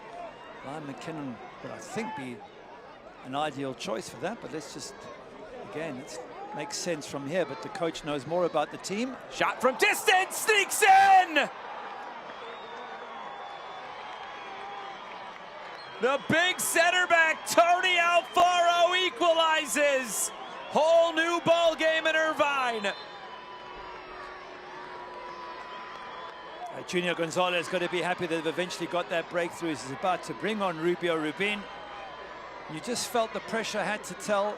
We said you can't defend against this lot when you've only got 10 men for 30 minutes because they will find a way through. Perhaps fortunately there, because does it take a slight defection, or is the goalkeeper unsighted? Perhaps. You can see Ted Cardona only dives very, very late. But nothing less than what El Paso deserved. They have been the protagonists for most of this match. They've been on the front foot, and they eventually got their reward.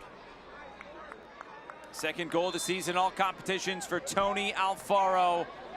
Now Orange County, they were trying to hold on down to 10 and up a goal. Now it's all there for the taking. And a free kick coming. Subs, Robert Coronado on for Carlos Sante. And Rubio Rubin on for Diego Abitia. Those are Metaquip substitutions, turning setbacks into comebacks.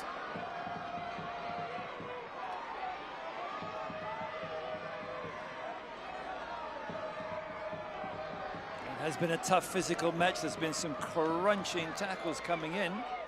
Most of them from El Paso. You would have thought Orange County as the defensive side would have been more physical, but it's been El Paso has been getting stuck in on some of these tackles. If you want to way back into a game, down a man, set piece, great opportunity. Marcelo Palomino stands over it.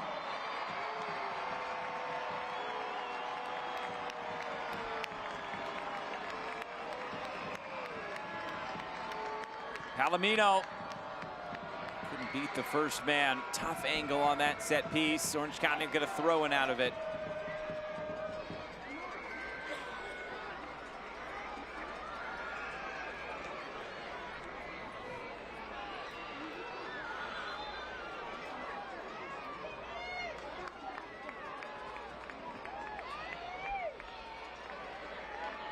Oh, wow.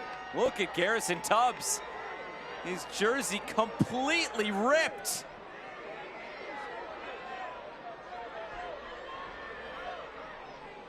It's getting a little bit chippy now. It's been tough all match, but I think as you get closer towards the end of this game, there's going to be more and more going on between the players. Must have been during that set piece just a moment ago for Tubbs, showing the referee that, yeah, somebody was holding me. Again, without VAR, referees can hardly see any of that. It's so well hidden. It's picked up by cameras, but not easily by the eyesight of the officials.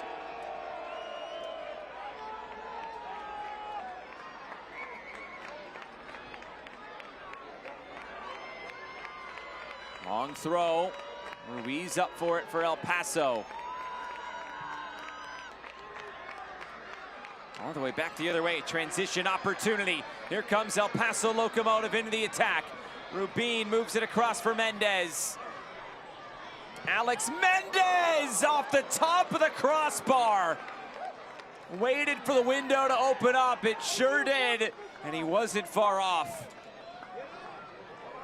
That was magical from Mendez here, because he plays as if he's going to play it out wide. As you say, he creates that window himself, and then he unleashes an absolute rocket here. So clever. There's the dummy, open up a bit of space, early quick shot, and if that's a couple of inches, maybe a foot lower, there is no way Ted Cardona's getting to it. Subs, and these are regular starters for Orange County now coming in. Liam McKinnon and Stephen Kelly. Marcelo Palomino and Usman Silla will exit. Subs are presented by Metaquip, turning setbacks into comebacks. There's now 4 subs used for Orange County. So one more opportunity for Danny Stone to impact this game. Good to see Liam McKinnon on, as we were chatting about. His pace up front might force El Paso just to keep their defenders ready. Any ball over the top would be ideal for McKinnon to chase. Another reminder. Oh, this is a swing and a miss. Here comes El Paso, and boy, did Tubbs make up for that mistake. That's another crunching tackle, this time from Orange County. No prisoners being taken here. The Anaheim Ducks are in the playoffs just up the road. I didn't think we'd be getting some of those sorts of challenges in this one. McKinnon taking off the ball. Long ball over the top. Goalkeeper out of the box. It was very calm, Tet Cadono.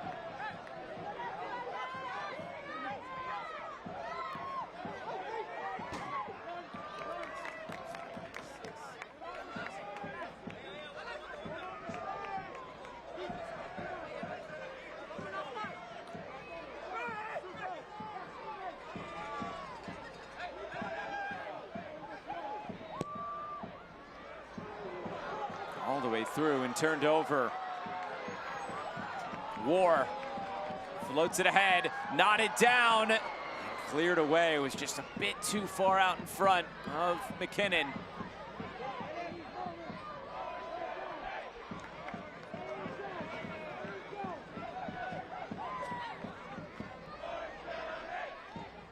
Minutes to go. Remember, if we are level after 90, we go to a shootout to see who gets the extra point.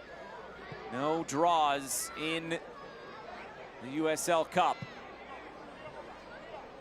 Orange County is sort of an ace that they can use in Tet Cadono. He's been so good in his career in penalty shootouts. Remember the playoffs last year against Sacramento. He played a big part in Orange County pulling the upset at Hart Health Park.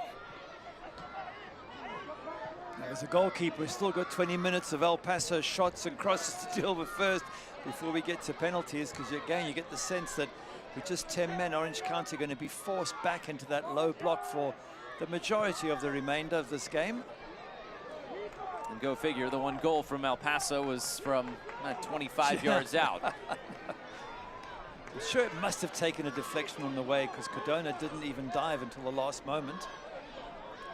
You don't have to be on the roster to get on the field here at Championship Soccer Stadium. Orange County Soccer Club offers group experiences that let fans be part of the match day action. Groups of 10 or more can receive discounted tickets and even access to on-field experiences like player walkouts, halftime activities, and post-match games on the pitch. If you're planning a team event, birthday, or company outing, visit orangecountysoccer.com/group tickets to learn more.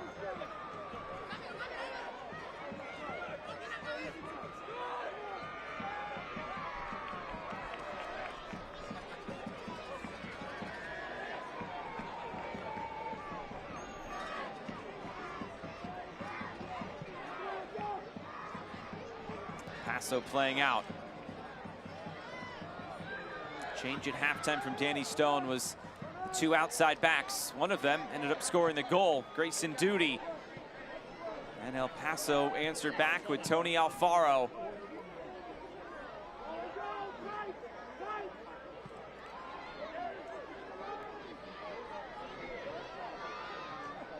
Aiden Fields. Turned back. Now lofted across. Zada trying to pick up possession. He does. Cardona across too strong and out of play. A bit of a homecoming for a handful of El Paso players. 9 players total on this El Paso team from California. 4 players that played for either LA Galaxy or LAFC. Either in their academies, second teams, first team. Remember Junior Gonzalez, he coached both LAFC 2 and LA Galaxy 2. And a good opportunity for a lot of those players to come back here to Southern California.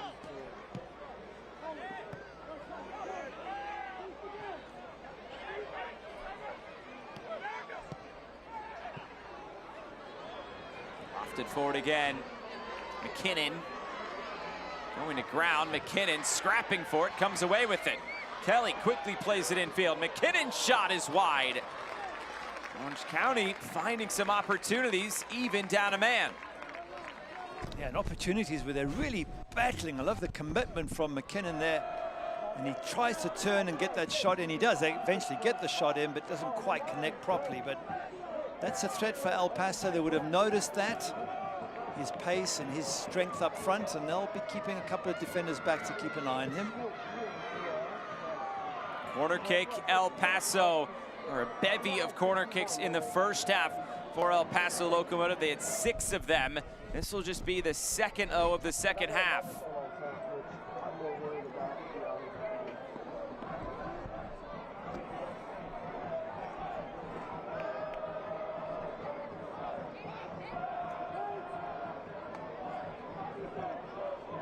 Play down the line, Coronado.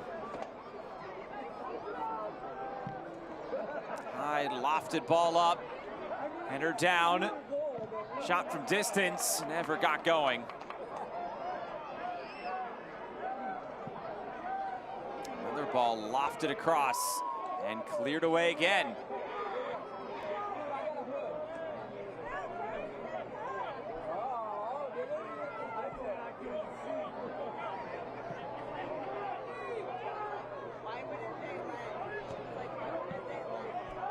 Orange County dealing with these crosses very well.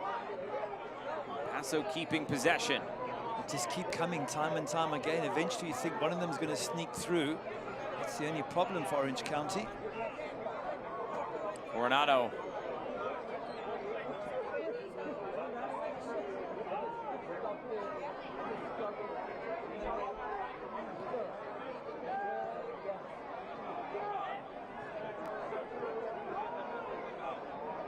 Again, Coronado delivered out wide. Cardona lofts it up, and again, it's Cardona up for it. Good hands again, Ted Cardona, just to gather it all, just takes the pressure off Orange County for a little moment and allows them to get some numbers up front and try and create an attack of their own. Now Paso will come again. It's not quite the same pressure we saw in the first half from El Paso. They're still getting opportunities in that attacking third. Let's say this much about El Paso. If you can come to play Orange County on the home ground and pin them back for the majority of the game, you're a good side. And we know they're a good side already, the top goal scorers in the league, and they're sitting in a great position, third with games in hand in the West. But when I say I think they're a really, really good side, because they have dominated this match, and Orange County have just had to hang in there and try and keep it as tight as possible. Junior Gonzalez had quite a bit of success when he was with Los Dos, LA Galaxy 2, and that's a second team. We know how second teams work, that roster's always evolving, and it's a revolving door, really. Junior Gonzalez had a lot of his success, and now he gets a team like El Paso to really mold into his own. A great opportunity for both coach and team.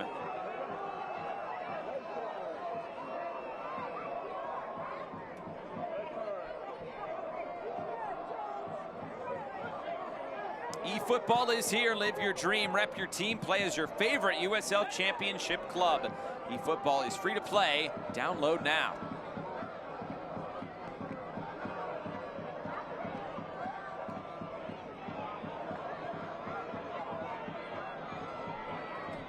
El Paso on the move.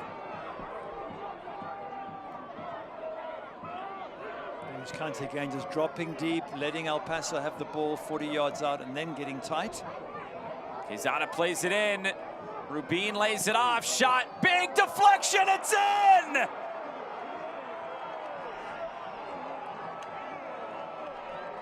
The substitute, Robert Coronado. El Paso has come from 1-0 down to lead in Irvine.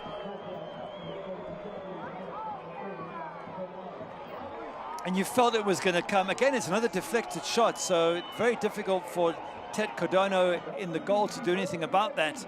But if you have enough shots on target, if you put enough crosses in there, you do get lucky, and they've been lucky with both shots, both deflected shots, both beaten the goalkeeper because of the deflection, but They've earned the right, El Paso, by their constant pressure.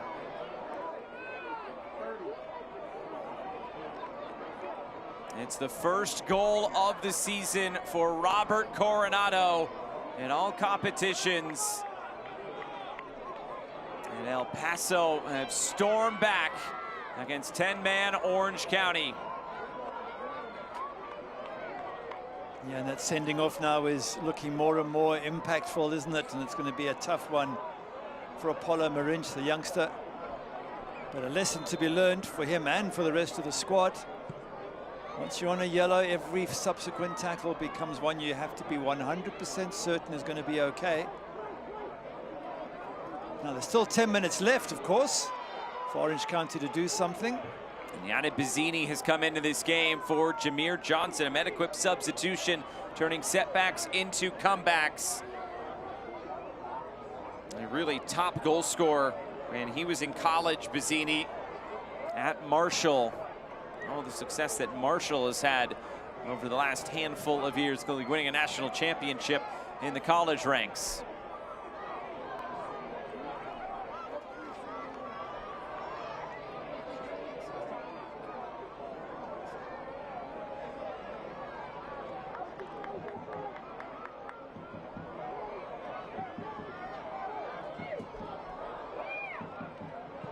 Kelly, high lofted ball.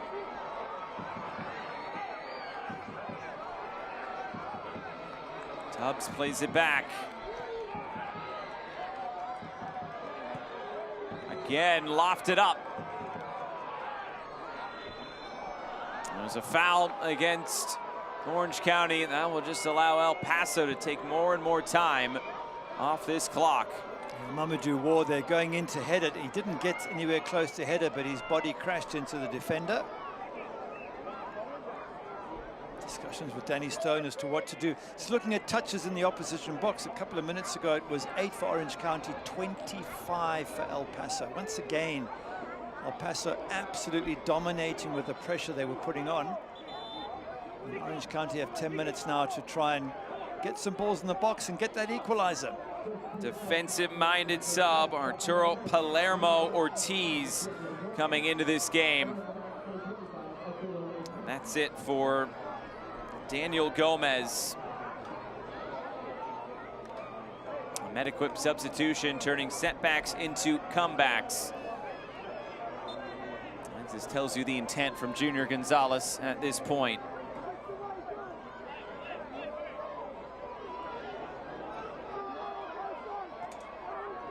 Because it's such a good possession side, El Paso is going to be difficult to get the ball. They're going to move it around and make it difficult, win free kicks, do all the stuff that you have to do when you're in the lead, and they're very good at doing it, El Paso.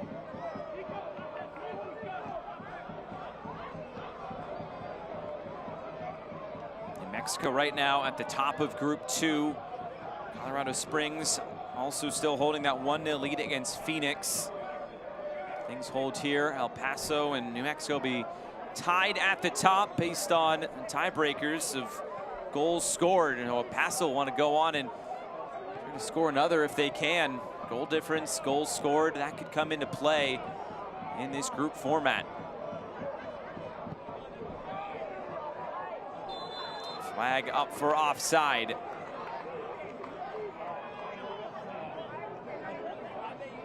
Orange County start after this, and you asked Danny Stone about it. Just a tremendously long road trip, as it is going to be, although he said there is that match in Santa Ana on May 23rd against Oakland, but it's 10 games on the road that'll span all the way through mid-July. I guess that does even out, because then there'll be 4 straight home games in August. And they've had some home games early on. The road is going to get pretty difficult for Orange County upcoming. I think it's the fact there's no break in it. You can play 3 on the road, as long as you know you're going to come home for a break, but to do it for 10 games is tough. But Danny was saying to us, well, you know, we won at FC Tulsa, we won away at Oakland, we drew at Phoenix. He said, we're okay on the road, we've done okay. We just got to make sure that we can do it not just over a few matches, but over 10 matches, which is a big ask. Torres touches it forward. Albeit at the end line, blocked. it's not just about doing it, but he said he wants to bring their style of play on the road. Maybe how you'd play at home. Now, you're not going to play exactly like you play at home on the road, but that's the goal that Danny Stone has in mind for this long span of road trips upcoming. And I guess if you can stay in touch with the league leaders in that time, because it's unlikely you're going to win a bunch of matches, but as long as you can stay in touch, then you've got a lovely home stretch coming where you can shoot your way back up the table again, in theory. From the beginning of August to the end of the season, there's 4 road matches for Orange County. So they are going to get very comfortable here at home, and that could really spur a playoff run if they can keep themselves in it over these next few weeks. And what they've done well is they're top of the table now, so they've given themselves a good position going into that away run. And they've been good defensively, and usually defense travels. Played in low.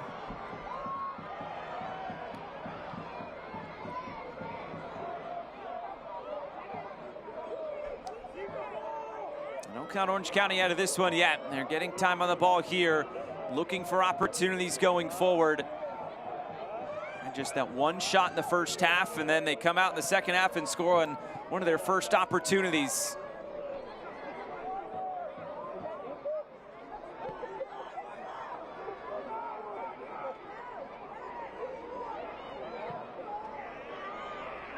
Lofted forward.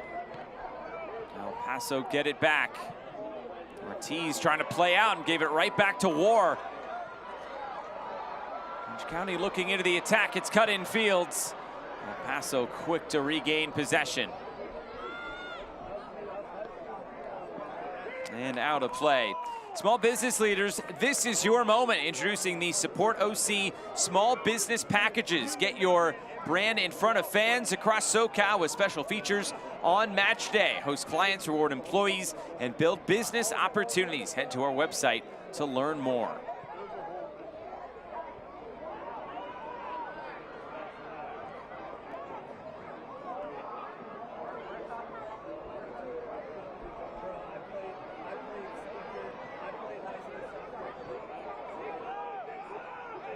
Coronado, right now his goal, standing up as the game-winning goal tonight. Just keeping possession here. Orange County are trying to win the ball back, but this is a team that will run you ragged with their ball-keeping skills.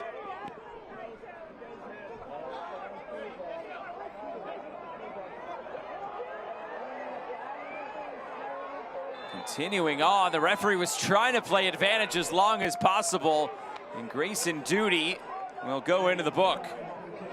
Grayson Duty's lucky he didn't get 2 yellows there, because he pulled and he pulled again, then he pulled a third time. He really wanted the referee to stop the play.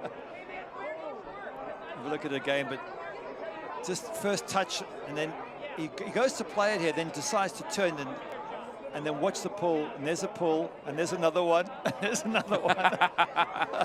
It was all one singular pull.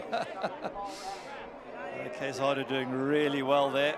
Duty battling away, but they just can't get the ball off El Paso, Orange County, and they need to do that if they're going to get the equalizers. So very frustrating for them, and of course being a man down does not help.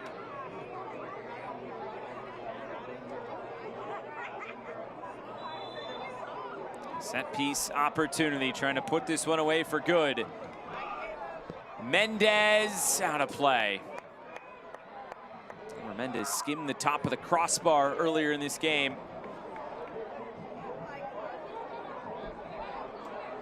The longer this stays, it's just a 1-goal game. Oh, this is given away. Rubin is in. Sounded like the whistle came, and this will not count. Again, it's just huge pressure from El Paso. They're so lucky there, Orange County. They have made it. So look at now, they've got this line of confrontation right here on the edge of the box. Just Orange County cannot get the ball out of their own half at the moment. Look at that, the numbers of white and blue there, just pressurizing. That's the best way to go for me, just go route one over the top then. Right, and they've got possession. Orange County able to get out. Now, what can they make of it? Lofted ball in and headed clear. The longer this game stays just a one-goal game, it'll give Orange County a little bit of opportunity. Another foul here. An unnecessary foul. You're giving El Paso exactly what they want. Slow it down, take their time, take the free kick. Just when you got into their half and created the pressure. So frustrating for Orange County.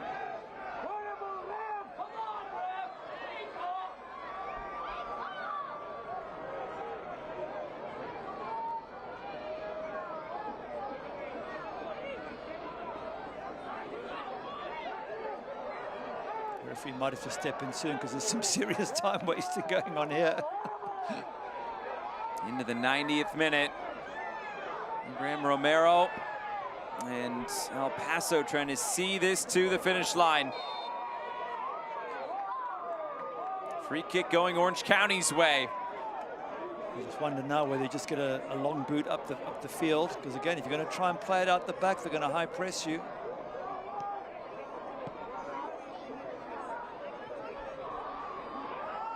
It's turned over, just like you said. El Paso coming forward, cut back. Mendez got a touch to it. Chance from outside the area, and the shot's wide. Now Vio trying to put this one away for good.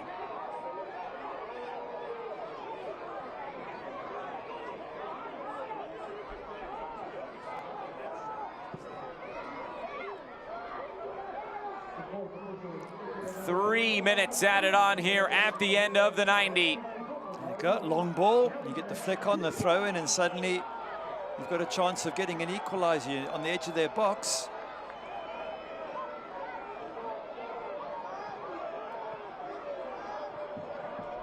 Floated forward, headed clear.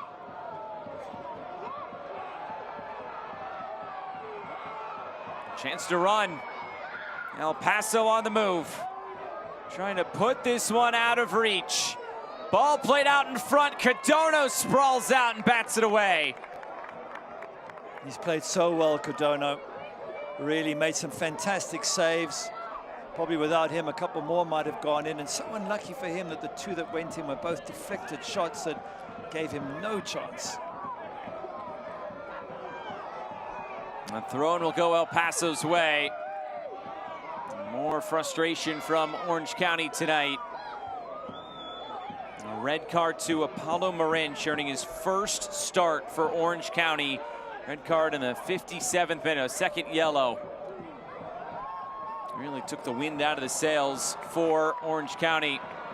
Because they were 1-0 up at the time. Yep.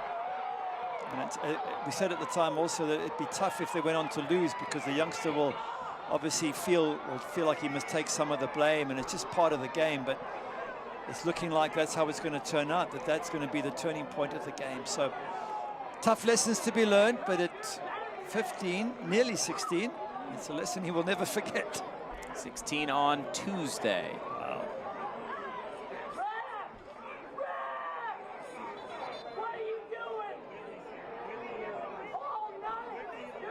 There's some comments from the crowd about the ref. The Orange County fans not happy.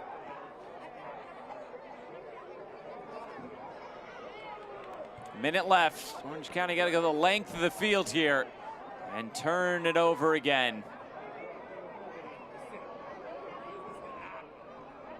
Last year, both El Paso and Orange County didn't really have much of a cup run. A mixed bag of results, finishing about mid-table in their respective groups. This year, El Paso will have the opportunity to try to keep going in this competition. Now, it's not done for Orange County, but as we've seen from last year, the chances are just not very high when you lose a match, let alone your first match. Yeah, it means you've got to win everything well, the remaining 3 games, and still probably have to keep your fingers crossed. And the first tiebreaker is head-to-head as it pertains to the group winners. So Orange County will not have the opportunity in terms of that unless they can find something in the final seconds. El Paso nearly to the finish line. All eyes to the referee now. Got to go forward. War working it back. Now here comes the ball into the box. Knotted down, and that is full time. El Paso come from behind and start their USL Cup journey with a 2-1 win against 10-man Orange County.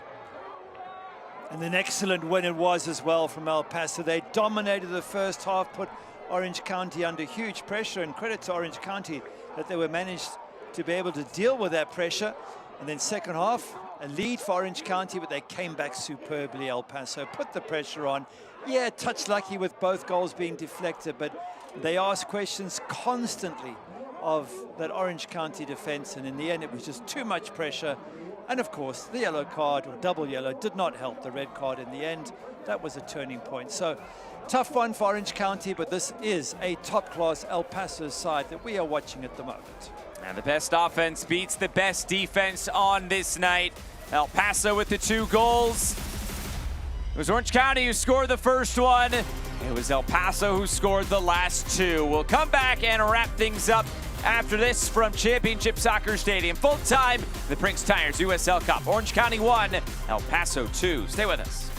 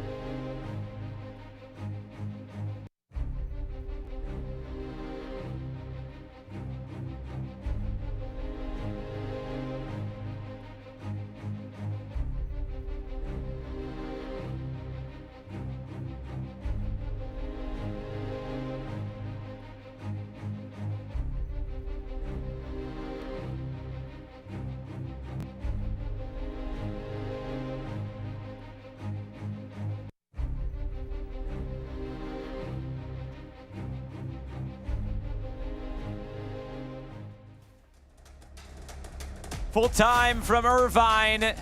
El Paso comes from behind to take down 10-man Orange County, a 2-1 win to open up the Prinx Tires USL Cup. Highlights from this one tonight, a good one. The best defense in the league in Orange County, best attack in the league in El Paso. And come the start of the second half, that's when Orange County started to get things going with their first goal. It's a great strike coming in from Apollo Marinch, a good save from Abe Romero, cleared off the line, but who's waiting for it there? It's the man who just come into the match, Grayson Duty, and he heads it over the line, puts the team ahead. And then this is the moment for the second yellow. The youngster just raising his foot. He already was on a yellow, Apollo Marinch. And it's enough for the referee to go second yellow, off you go, and down to 10 men with a big chunk of the match still left to play. 64th minute. Tony Alfaro, center back, not a big goal scorer, but he delivers here. Must get a bit of a deflection on the way because Tech Cadona doesn't drive until the last moment, but they tried everything. They tried crosses, and eventually a long-range shot is what cracks that Orange County defense. 78th minute, same story from outside the area, this time Robert Coronado. Just gets set up here, and his takes a wicked deflection there and just bounces up and over Ted Cadona. Massive deflection on both goals. El Paso gets the job done. In the end, the 17 shots just too much for Orange County. Yeah, and touches in the opposition box, 11 to Orange County, 30 to El Paso. They were the more offensive, 8 corners to 1. They put more shots, more balls in the box. And to be fair, Abe Romero didn't have too many saves to make. And that pressure in the end paid dividends for a fabulous El Paso side against a very good Orange County side who know how to defend. El Paso gets the job done away from home. El Paso and Colorado Springs, both winners away from home in Group 2 in the USL Cup. That'll do it for our coverage tonight from Championship Soccer Stadium in Irvine. For our entire crew, broadcast partner Gary Bailey, I'm Josh Eastern saying so long. Once again, full-time score, Orange County 1, El Paso Locomotive 2. Good night from Irvine, California.